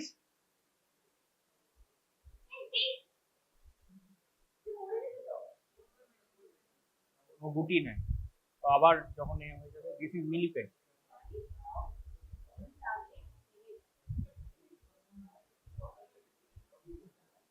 So first do the Weber's test.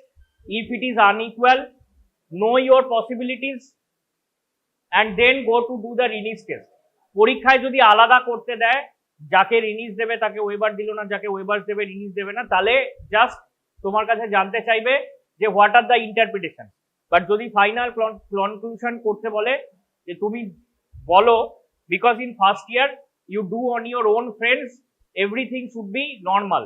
Say Weber's টেস্টে কোনো ইন্ডিকেশন দেবে না, that means hearing equal on both side. Rinne's টেস্টে AC will be greater than BC. কিন্তু রিয়াল ওয়ার্ল্ডে যখন টেস্ট করবে, তুমি যখন কনক্লুশনে ক্লিনিক্যাল কনক্লুশনে যতটা পৌঁছানো যায় ততটা পৌঁছতে চাইছো, you first, I would suggest first do waivers, then do renews, that is take the wrong route, first A W তারপর R। যদিও বইতে ফার্স্টে রিনিজের কথা লেখা আছে, ফার্স্টে W আর ওয়েবার্স টেস্টের ইন্টারপ্রিটেশন খালি করতে হলো, প্রথমে বলবে sensory neural hearing loss of opposite side, that means যে কানে কম শুনছে, যেটা লেম্যানরা বলবে যে কানে বেশি শুনছে সেখানে প্রবলেম নয়, যেখানে কম শুনছে সেখানেই problem, that is sensory neural hearing loss of opposite side to the side which hears more, on which the subject hears more, opposite to the side, but same side এ কি হতে পারে, conductive hearing loss, that is due to masking effect. এটা পরে বলবে, যদিও বইতে এটা আগে লেখা আছে, এবং এইভাবে লেখা আছে in conductive deafness the sound is lateralized to the normal ear, lateralized মানে কি, hearing more on that side, in conductive deafness sound is lateralized to the normal ear। কিন্তু এটা আগে বলতে গেলে গুলিয়ে যাবে, বিশেষ করে প্রথমে পড়ার সময়, প্রথমবার জানার সময় এটা আগে বলতে গেলেই গুলাবে। আগে জানতে হবে মাস্কিং ইফেক্ট কি, তার আগে জানতে হবে হিয়ারিং লস কি। Hearing loss is usually partial, ডেফনেসও হিয়ারিং লস একই জিনিস, ইট ইজ ইউজুয়ালি পার্শিয়াল। কিন্তু যেন আমাদের পারসেপশন হয়ে আছে ডেফনেস মানেই টোটাল, না, deafness hearing loss is partial, better use the term hearing loss. What is conductive deafness, what is conductive hearing loss, what is sensory neural hearing loss, সেটা তার আগে জানতে হবে। কন্ডাকটিভ ডেফনেস থ্রু বোনও হতে পারে, কিন্তু দ্যাট ইজ রেয়ার, তাই আমরা সেটাকে ধরি না। We assume that conductive deafness means the defect is in the ossicular pathway. ঠিক আছে, this is 8 nerve test are simple. There are other 2 test, Schwabach test, absolute bone conduction test. এখনকার দিনে আরো রিনি ওয়েবারটাই জিজ্ঞেস করে। Schwabach test is testing the bony conduction of the subject compared to that of the examiner, clinician. Examiner means clinician, assuming that clinician has normal bone conduction। ঠিক আছে, ক্লিনিশিয়ানের disturb বোন conduction সেটা ধরে নিলে হবে না, এখনকার দিনে আর হয় না। প্রথমে বোন কন্ডাকশন ধরতে হয় to the on the this, it is touched on the skull bone, vibrating tuning fork on the subject. Subject যদি না শুনতে পায় তখন ক্লিনিশিয়ান নিজের বোনে ধরে, তো ঠিক আছে, নিজের বোনে। তো দ্যাট ইজ শোয়াবাকস টেস্ট। আর absolute bone conduction is doing the same thing by occluding the both the external auditory meatus, external auditory meati of the subject. So these are এখন আর করা হয় না, ঠিক আছে, এখন আর লাগেই না শোয়াবাক। রিনিস টেস্ট আর Weber's test are much better clinically, ঠিক আছে, so much better clinically, and it is somehow যদি কনক্লুশনে আসতে হয়, it is at least for beginners it is better to do waivers test first।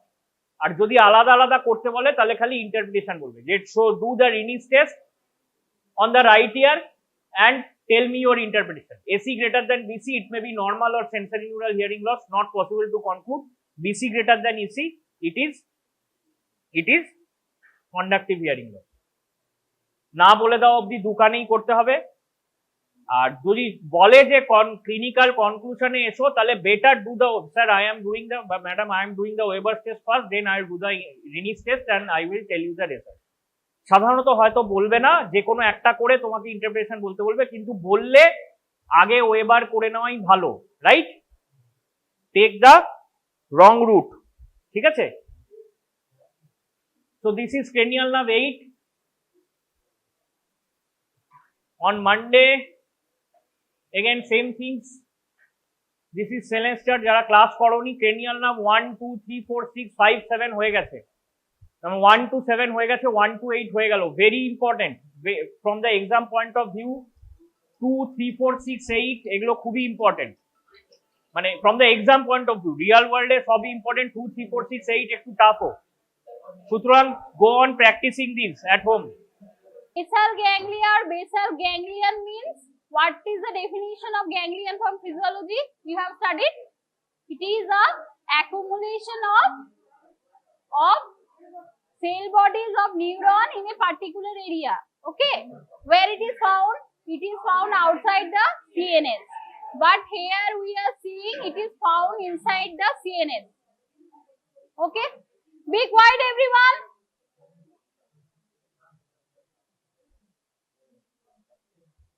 Okay, so what is the location? Write it down. Why it is misnomer? Because it is located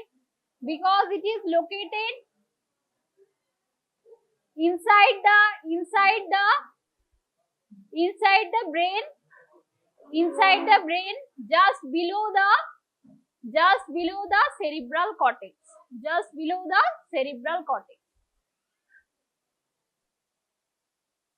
okay, and it is also, write it down, that's why it is also known as subcortical nuclei. Subcortical means it is present below and deep to the cerebral cortex. Okay, so could you tell me from where it is developed? Developmentally, is it a part of? Definitely it is a part of prosencephalon, but is it a part of telencephalon or diencephalon?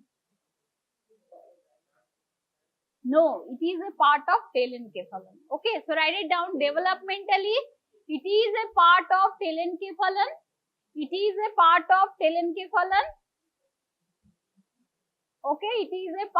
telencephalon. Along with আর কি develop করে telencephalon থেকে? The sulci and gyri of the cerebral hemisphere. Okay, and we have studied diencephalon থেকে কি কি develop করে? Thalamus and the surrounding structure like epithalamus, metathalamus, subthalamus, hypothalamus. Okay, so this is the developmental origin. Now write it down. Which are the parts? Okay, so which are the parts? What is the formula? The formula is SGSS. Okay, SG abbreviation is SGSS. So first one is striatum. It is also known as corpus striatum.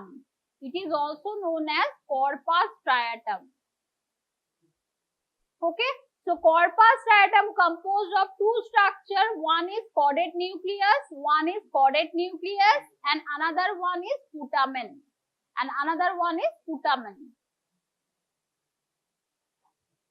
একটা হচ্ছে caudate nucleus, another one is putamen. Okay, second one is globus pallidus. I have already shown you the structure in the brain. Okay, could you remember where it is situated, the caudate nucleus?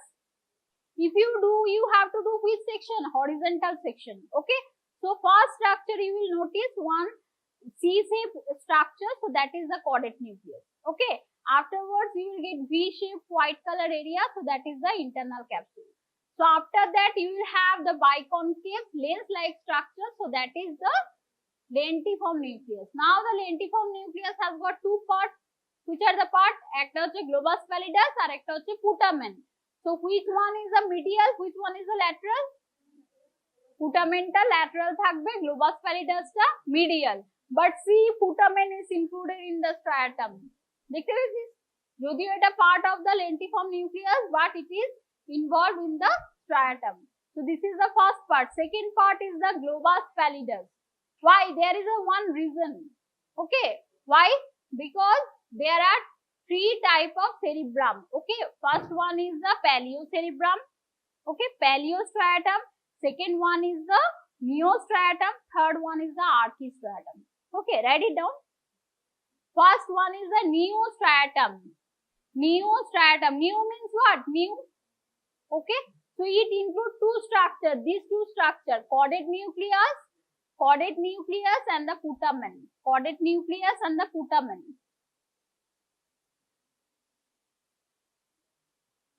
Okay, second one, what I told, paleo-striatum. Write it down, paleo-striatum.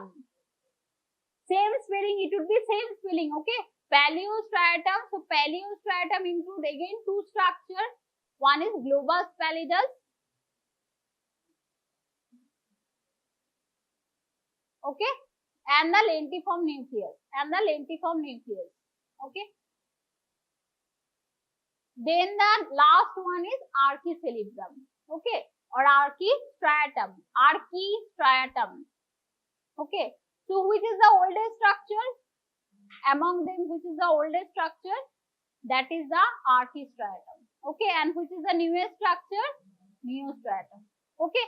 So third one is substantia nigra. So where you got the substantia nigra? Kothay peaches? Where you got the substantia nigra? Midbrain.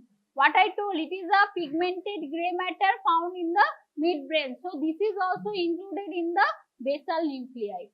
We won't say basal ganglia, now we will say basal nuclei. This is the recent name, okay. Then the fourth one is the subthalamic nuclei. Where you will get the subthalamic nuclei? Kothay pabi? So that is known as subthalamus, okay. So subthalamic nuclei, already I told, it is a part of subthalamus, okay. Write it down. Subthalamic nuclei is a part of subthalamus, okay. So here is one thing, there is another thing that is known as amygdala, okay. Very interesting name, each and every one. So last one is amygdala. So write it down. Although embryologically, it is developed from telencephalon.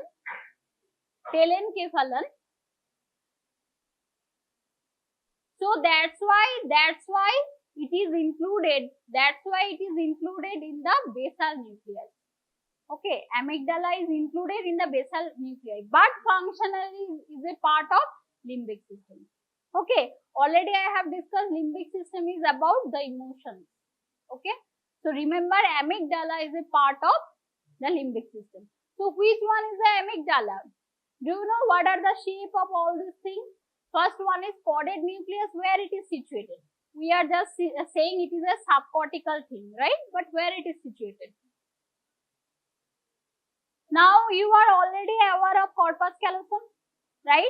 So which is forming one cavity? So that is the cavity of lateral ventricle. So what is the shape of lateral ventricle? Cavity of lateral ventricle, again it is C-shape. So this caudate nucleus is lodged in that C. Okay, so what would be the shape of the caudate nucleus? Again it is C. Okay, so write it down. Head of caudate nucleus is related to. Head of caudate nucleus is related to, very important. Head of caudate nucleus is related to interventricular foramen of lateral ventricle. Interventricular foramen of lateral ventricle. Okay, so that is also known as ki bole foramen take? Foramen of Monro. Okay, so now think the caudate nucleus is running as a C shape, right? So what is happening to its tail end, right? So it would be totally related to the anterior horn, central part and posterior horn of the lateral ventricle. What about the tail end? It is making one almond shape area, that is nothing but the amygdala. Okay, so write it down. The tail end of caudate nucleus. The tail end of caudate nucleus. The tail end of caudate nucleus is end up as a almond shape swelling. So this is nothing but the amygdala. So now tell me, which structure is separating the lentiform nucleus with the caudate nucleus? So that is the internal capsule, white shape internal capsule, right?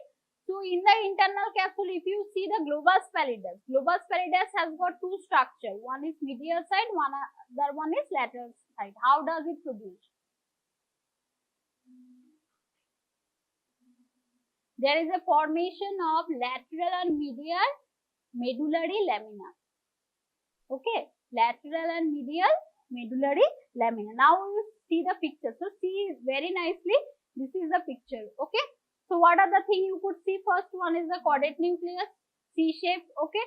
So it is making one turn like C. Finally, where it is going to the tail end. So that is the almond shape area. So that is nothing but the amygdala. So which are the green color structure? There are two structures, see green color. There are two parts. That's now I said the globus pallidus has got two structures. One is medial, another one is lateral. So কোনটা side এ থাকবে একদম? Lateral. Lateral part is related to the caudate nucleus. Okay, so write it down. The lateral part of globus pallidus. The lateral part of globus pallidus is related to the caudate nucleus. Is related to the caudate nucleus. Whereas the medial part is related to the putamen. Medial part is related to the putamen. Okay. So now if you go more right side, what are the structure you will see? Which one is the putamen? Could you identify? এখানে বোঝা যাচ্ছে পুটামেনটা?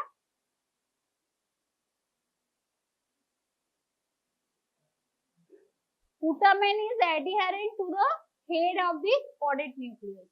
Okay. So just that side, right side, if you go, you will see another structure that is nothing but the thalamus. Okay. So that's why the internal capsule, tell me the relation. Internal capsule has three things. One is the anterior limb, genu, posterior limb. So what is the relation of anterior limb? Medially ki thakbe caudate nucleus, laterally ki thakbe globus pallidus and putamen. What about genu? Genu ki thakbe shudhumatro thalamus to the lateral side. What about the posterior limb? Posterior limb e ki thakbe bol?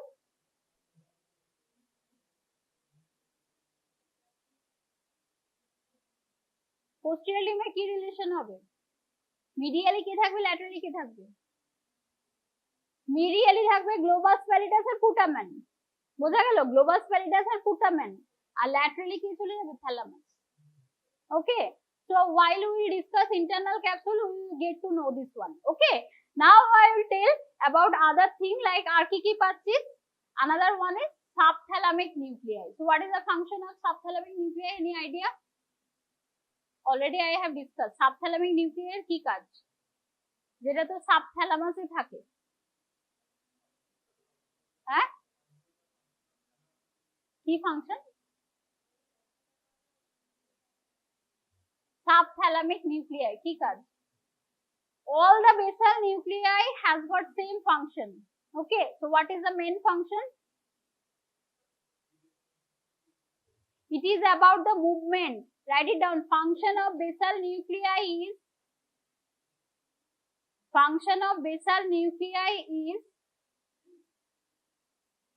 for the initiation, maintenance and the inhibition of movement, of different kind of movement. Right? So and inhibition, IMI. Okay, initiation, maintenance and inhibition of the different type of movement.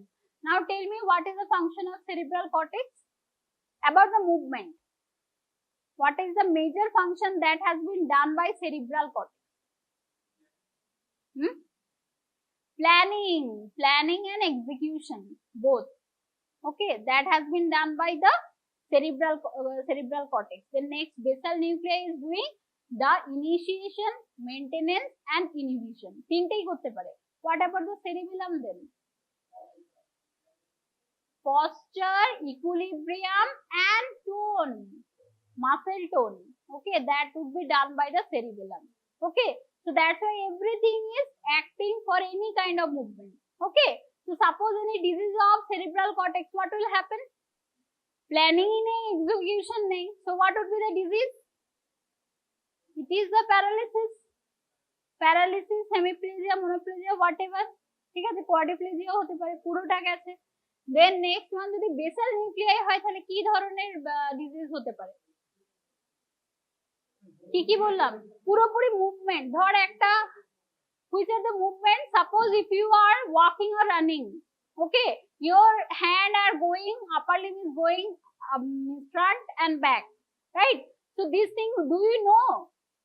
No, it is automatically done. This has been done by basal nuclei. Okay, suppose now all of you are writing, right? So you already know you have to flex the forearm, flex the hand, and flex these two fingers to hold a pen. Okay, so this whole function has been done by basal nuclei. Okay, আর টোনটা কখন হবে তাহলে which type of disease we will get, write it down. Basal nuclei involve the different type of diseases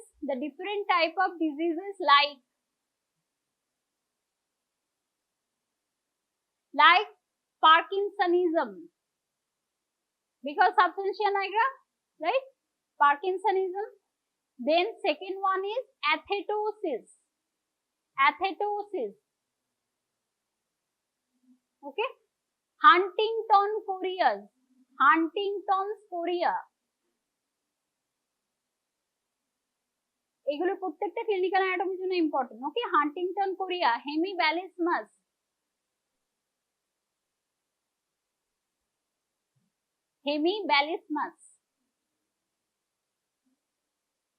okay, so and fasciculus, last one is the fasciculus. This thing already you know, right? What is muscle fasciculus?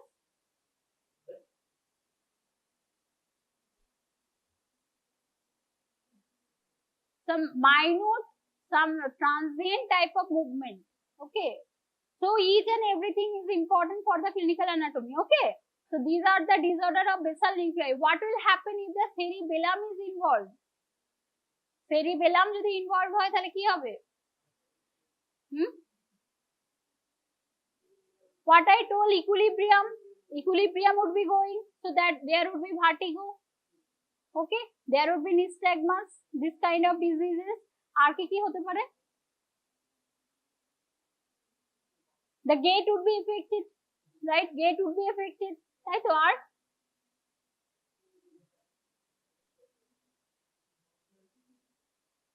so there would be postural defect, সেটাও একটা হতে পারে। আর what about tone? If the muscle tone is increased, if the muscle would be rigid or flaccid? It would be rigid. Okay, whereas it could be flaccid too. Okay, so these two type of disorder involve the cerebellum. Okay, so these are the main function of this nucleus. Okay, so see here, there is another picture we are having. So first one is the caudate nucleus. So how it is accumulated where? In the cavity of the lateral ventricle. Okay, then we are having the globus pallidus and the putamen. Okay, so just below that we are having subthalamic nucleus. So which one is the proximal?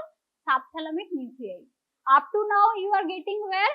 Just below the cerebral cortex. Okay, on the arch of the lateral ventricle. Okay, so what about the substantia nigra? Where you will get? Substantia nigra টা কোথায় পাওয়া যাবে? At the midbrain. Okay, তার মানে এটা কোথায় পাওয়া যাচ্ছে? Brain স্টেমে। Remaining all could be found within the cortex of the cerebrum. Okay, this thing you have to remember. Now first one is, so this is the function already I told. Okay, so what is the main function? Again I repeat, first one is the initiation, maintenance, inhibition. যে কোনো একটা affected হতে পারে, আবার সবগুলো affected হতে পারে। ওকে, so this thing, then write it down. It's a part of extrapyramidal motor system, very much important. Extrapyramidal motor system. যদি তোকে বলে which is, tell me the name of extrapyramidal motor system, you could also include the all basal nuclei. ঠিক আছে, যে চারটে বললাম, একটা হচ্ছে কি corpus striatum, then next one is the globus pallidus, then subthalamic nuclei, substantia nigra. Okay, so you include all of them. Okay, so what about the part of extrapyramidal motor system? It will involve mainly control of posture. Okay, control of posture, basically inhibitory motor function. So tell me which is inhibitory motor function? Could you name some? Gait. Okay, gait কেন? ধর কেউ যদি যেতে থাকে তো যেতেই থাকে, কোথাও না কোথাও গিয়ে স্টপ হতে হবে। এই সিস্টেম ইনহিবিশনটা কন্ট্রোল করছে মেইনলি। Okay, extrapyramidal motor system. Okay, so what, tell me, suppose we have taken one disease parkinsonism. Okay, so what about the posture? পশ্চারটা কেমন হয়?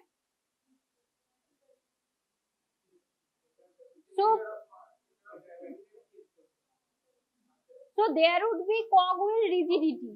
Okay, gate টা কেমন হবে? Fascinating gate মানে কি? ওইটা তো তুই ছেড়ে দে, মানে হাঁটার ডিস্টেন্সটা কিরকম হবে? ছোট ছোট step. So this is known as bradykinesia. Okay, bradykinesia মানে কমে যাবে মুভমেন্টটা, ছোট ছোট স্টেপে থাকবে, ঠিক আছে? আর সুপার মানে কি?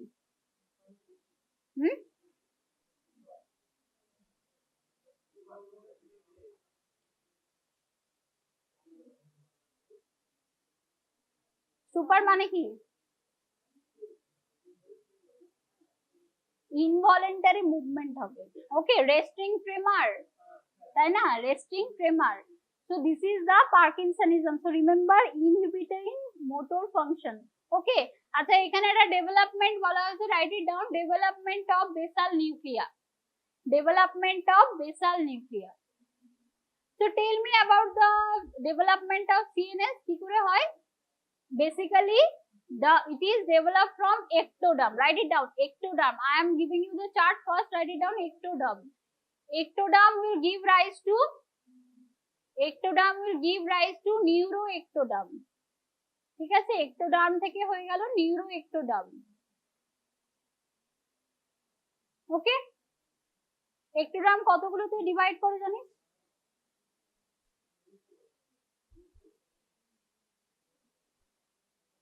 ectoderm যেটা বলছে germ layer, ectoderm, endoderm, mesoderm.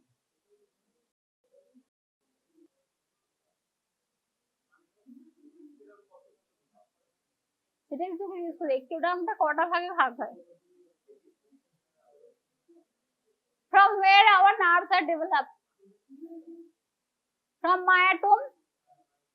myotome একটা হবে, আরেকটা হবে তো ডার্মাটোম, যেটা থেকে স্কিন তৈরি হলো, আরেকটা নিউরোএক্টোডার্ম। বুঝতে পারলি? তিনটে। সোমাইট থেকে ওটা ফার্দার ভাগ হবে। ওকে, so write it down. Ectoderm differentiate to neuroectoderm. Then what is the fate of neuroectoderm? Neuroectoderm will form the neural plate both sides. Then what will happen? There would be invagination of the neuroectoderm. Okay, or neural plate both sides. It will fuse together. Okay, so যেই fuse হলো কি হলো, একটা group তৈরি করলো। So these group will further differentiate into forebrain, midbrain, hindbrain, prosencephalon, mesencephalon, rhombencephalon. So what is the fate for prosencephalon? It will divide into two things. One is the telencephalon, another one is the diencephalon. Okay, now from diencephalon you write diencephalon, which thing will come? Thalamus, thalamus, epithalamus, metathalamus, hypothalamus. Okay, these all structure will come. And what about the telencephalon? The parenchyma of cerebral hemisphere, the parenchyma of the cerebral hemisphere and the basal nuclei, all the basal nuclei, including the amygdala. ঠিক আছে, including the amygdala. সব কটা আসবে এটা থেকে। ঠিক আছে, তো it will give rise to, prosencephalon will give rise to two secondary vesicles. Okay, it will give rise to two secondary vesicles. Okay, so see, here they have shown the development. So at first you could see how it is situated midbrain, pons and the medulla oblongata. Okay, so this is a part of part eta. I am asking embryologically, it is the part of mesencephalon part না rhombencephalon part?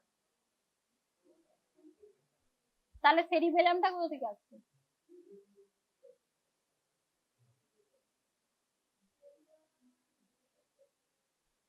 So that is a part of rhombencephalon, তাই না? metencephalon and myelencephalon, তাই না? দুটোতে ভাগ হয়ে যাচ্ছে rhombencephalonটা।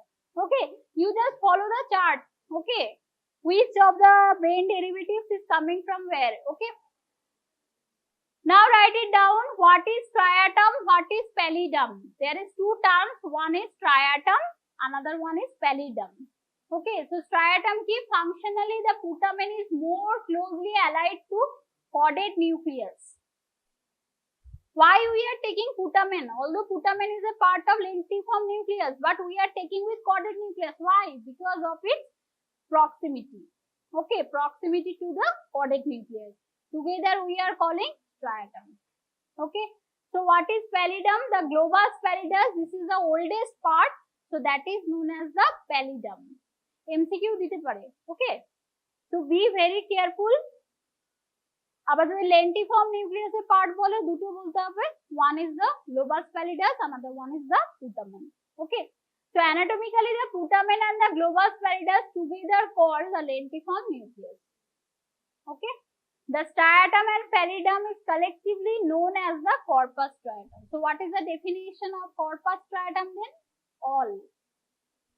Okay, মানে corpus striatum মানে কি? Chordate nucleus, then globus pallidus and also the putamen. সব কটা ঠিক আছে, সেটাকে বলছে কি corpus striatum. Corpus striatum এর শর্ট নোট দিতে পারি, ঠিক আছে। So now coming to the corpus striatum, so the location, okay, where it is situated, so it is situated lateral to the thalamus. Number 1, lateral to the thalamus, completely divided into chordate and lentiform nucleus by the band of internal capsule. Okay, previous class already I have shown. Okay, internal capsule কেমন হয়, পুরো dot line দুটো white colour V shape. ওকে, একটা anterior limb, ওই ব্যাসে anterior limb, genu, posterior limb. Okay, then next one is, however, the antero-inferior end of nuclei remain connected to the gray matter and it across the anterior limb of internal capsule. Okay, so here you have to know what is the antero-inferior nuclei they are talking about.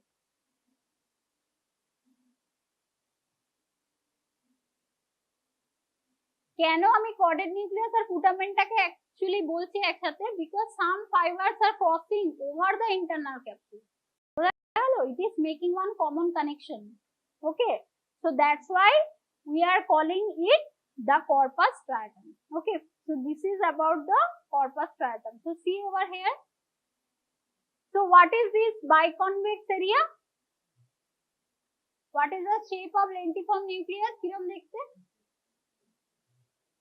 Biconcave হবে না, biconvex,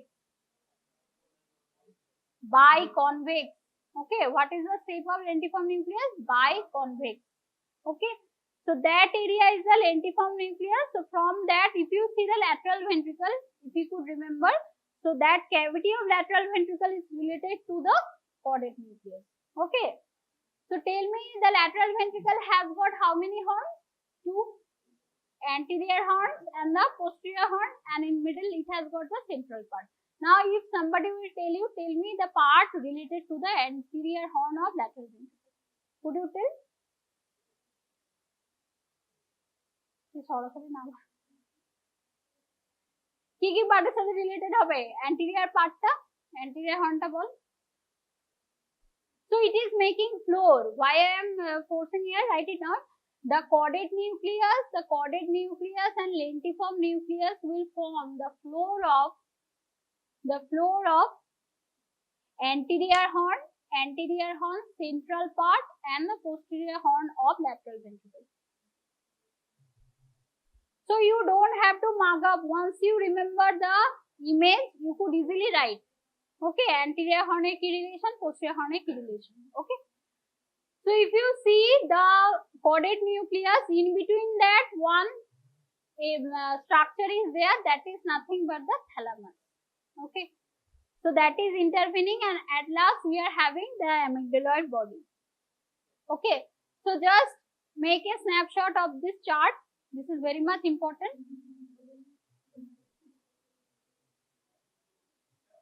Snapshot নিতে বললাম, লিখতে বলিনি। So corpus striatum, if you see, it has got 2 parts, lentiform nucleus and the chordate nucleus.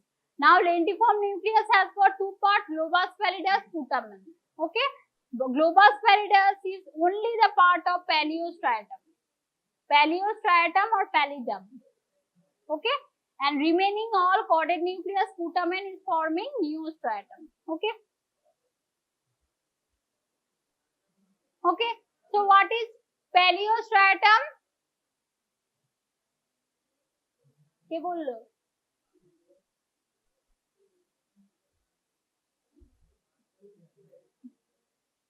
Snap নেওয়ার আগেই পাল্টে দেওয়া। So Paliostratum is the ancient one. Okay, Paliostratum is ancient and Neostratum is newly developed. But see the thing, that one is the efferent. Okay, so please write it note, the efferent one is the Paliostratum. আগে দেখা গেছিল এগুলো efferent, but এখন দেখা যাচ্ছে এগুলো কি afferent. Afferent fibers.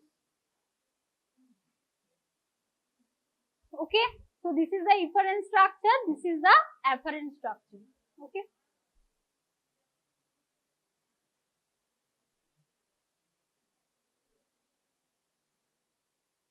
so this is the picture you have to draw.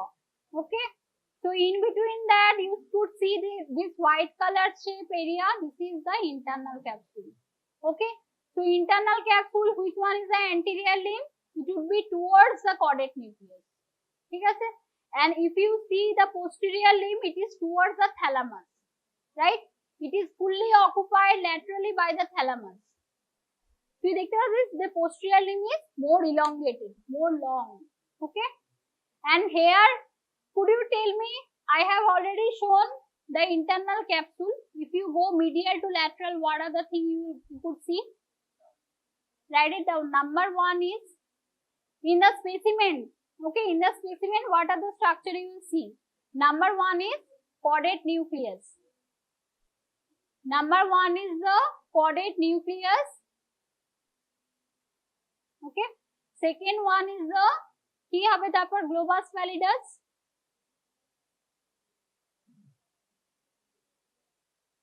Globus pallidus হবে না internal capsule হবে? Internal capsule হবে। প্রথমে হচ্ছে caudate nucleus, then হবে internal capsule, then next হবে globus pallidus, next হবে putamen, তারপরটা কি হবে? তারপরটা কি হবে? External capsule. Write it down. Next one is the external capsule. I will show you in the cross section. Okay, next হবে external capsule. তারপরে কি হবে? Claustrum. Next হবে claustrum. So what is the color of the external capsule? কি color এর? White na grey? White. White. Same like the internal capsule. Okay, what is the picture of claustrum? It would be grey pigmented substance. Claustrum ta grey hobe.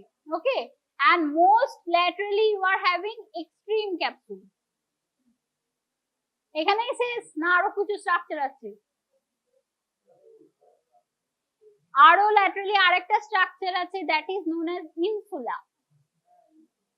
Okay, insula. তাহলে এটা again I am repeat. First one is the caudate nucleus, then next one is the internal capsule, next one is the globus pallidus, then putamen, external capsule, claustrum, extreme capsule, insula. Okay, this thing you have to remember. Okay, so you could also see tail of caudate nucleus, right? This is nothing but the amygdala. Okay, so now write it down, caudate nucleus. These two nucleus you have to study in details. একটা হচ্ছে caudate nucleus, another one is lentiform nucleus. So caudate nucleus, write it down. It is a large comma-shaped gray matter. It is a large comma-shaped gray matter which is surrounded by lateral ventricle.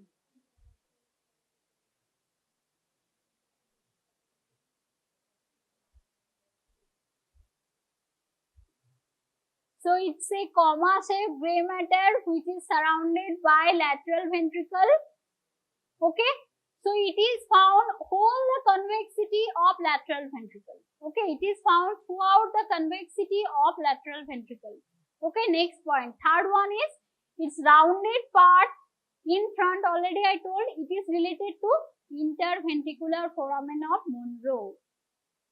Okay, then the last part is head is gradually, we are seeing it is gradually tapers down. Okay. So finally it is merged along with the almond shaped mass, that is the amygdala. Okay.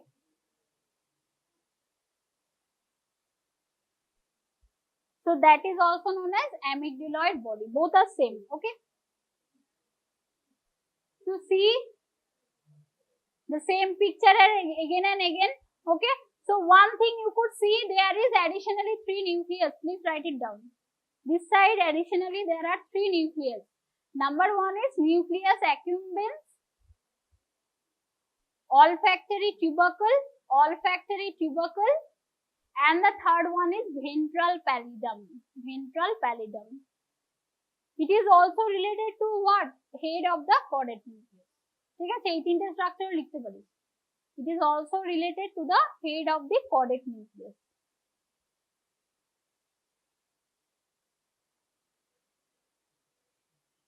Okay.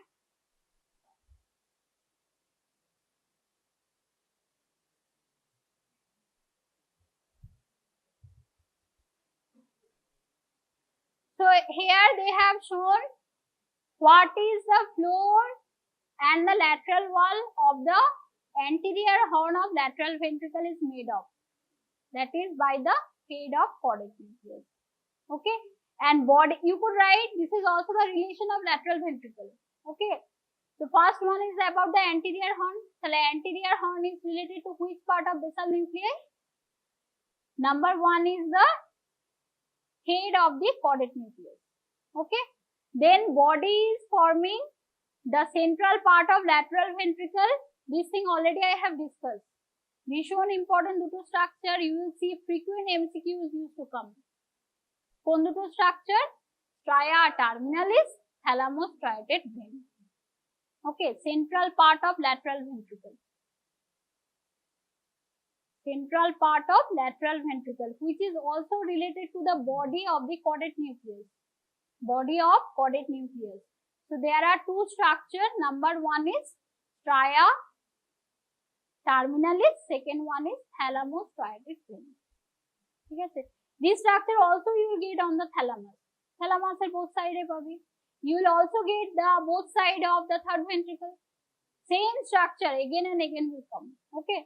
Then the last one is tail. It is from the posterior horn, roof or posterior of the inferior horn. Okay. Lateral ventricle has got how many horns? 3 horns. Anterior horn, posterior horn, inferior horn. So it is related to the inferior horn. Okay. Write it down. Tail is forming the roof of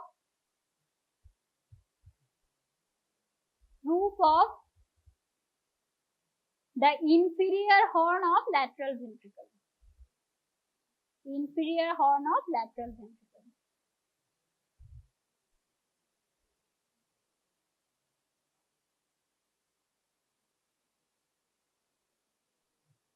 Okay. So this is the same picture again. So now coming the lentiform nucleus. Write it down, the lentiform nucleus. So where it is present, it is a biconvex lens. But where it is present? Just beneath the insula. Now tell me what is insula?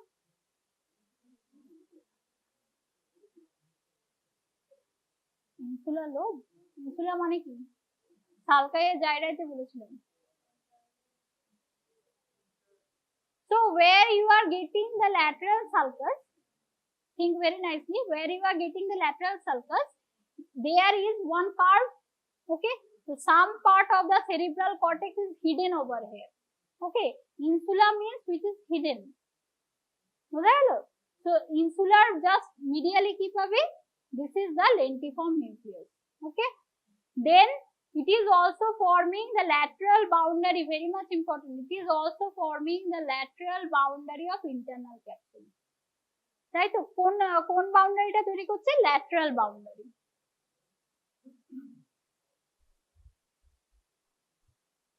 So if you are doing the horizontal section or coronal section, how the lentiform nucleus would be looking like? It is a triangular shape.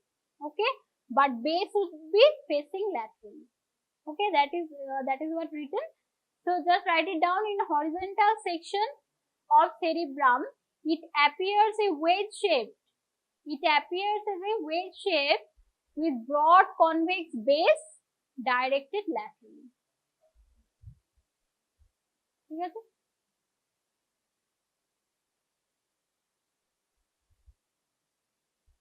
যেমন তোর maxillary air sinus কেমন থাকে বলেছিলাম, বেসটা কোন দিকে থাকে? Maxillary air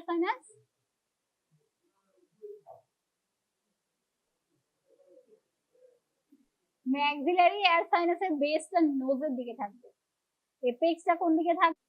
বুঝতে পারলি? তো সেম এইভাবে ল্যাটারালি তুই পাবি biconvex lentiform nucleus. Okay, so this is the surfaces, write it down. It has got, যদি এটা সারফেস দেখি কতগুলো সারফেস হলো তাহলে? lateral surface, medial surface and inferior surface. Lateral, medial and the inferior surface.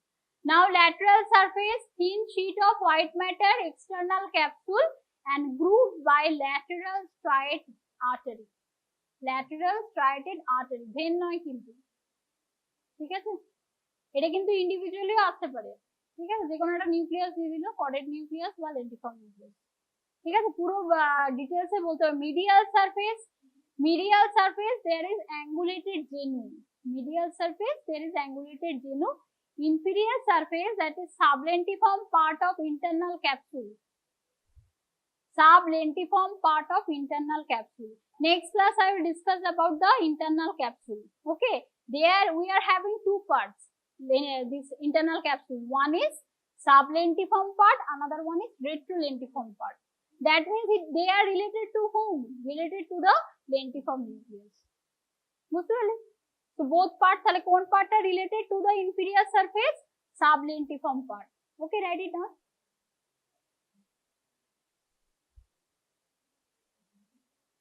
Inferior surface, sublentiform part of internal capsule lies close to the anterior perforated substance. There is one thing called in the cerebral hemisphere that is known as anterior perforated substance. Okay, সেটা কোথায় থাকে? Sublentiform part of the internal capsule. ঠিক আছে?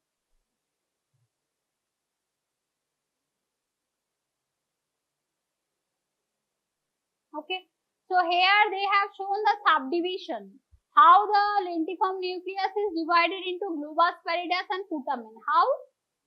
By the external medullary lamina. This thing I have discussed. Okay, so just write it down. The lentiform nucleus is divided into globus pallidus and putamen. Globus pallidus and putamen by external medullary lamina. MCQ আসতে পারে। Okay, external medullary lamina. তো দুটোর মধ্যে how to identify যে কোনটা putamen কোনটা globus pallidus? Putamenটা কি হবে? Putamen would be very densely packed, so it would be more dark, whereas pallidum, so that means that would be the globus pallidus. ঠিক আছে? So write it down. Putamen, it is a larger lateral part. It is a larger lateral part and consists of densely packed small cells. The cells are also very small. Okay, darker in color and it is similar to caudate nucleus. Darker in color and it is similar to the caudate nucleus. Okay, but globus pallidus, it is smaller medial part. Although the part is very small but medial, but if you see the cells are very much large. Okay, appearance contain large motor cells. Contains large motor cells subdivided by internal medullary lamina. Okay, so where you will get internal medullary lamina? Only in the globus pallidus. Globus pallidus টাকে আবার বারবার subdivide করছে কে? Internal medullary lamina. Okay, and there would be situation of large cells. Okay, So that is all about this chordate nucleus and lentiform nucleus. Okay, and additionally you could see there are two or three structures. Okay, কি তিনটে structure পাচ্ছিস lentiform nucleus এর back A, one is known as pulvinar, ঠিক আছে, আরেকটা হচ্ছে medial geniculate body, lateral geniculate body. Now you are aware of these two bodies, right? Medial geniculate body is for which pathway? Auditory pathway, and lateral for the visual. What about lemniscus? Lateral lemniscus is for auditory pathway. Medial lemniscus is for visual pathway. Superior colliculi for the visual pathway, inferior colliculi for the auditory pathway. Oh, okay. So already I told, I have given you the assignment to make the two pathways, auditory and visual. Okay. So that is all about the basal nuclei. Okay. Next class we will discuss about the internal capsule. Now we will see in the specimen. Okay. The horizontal section.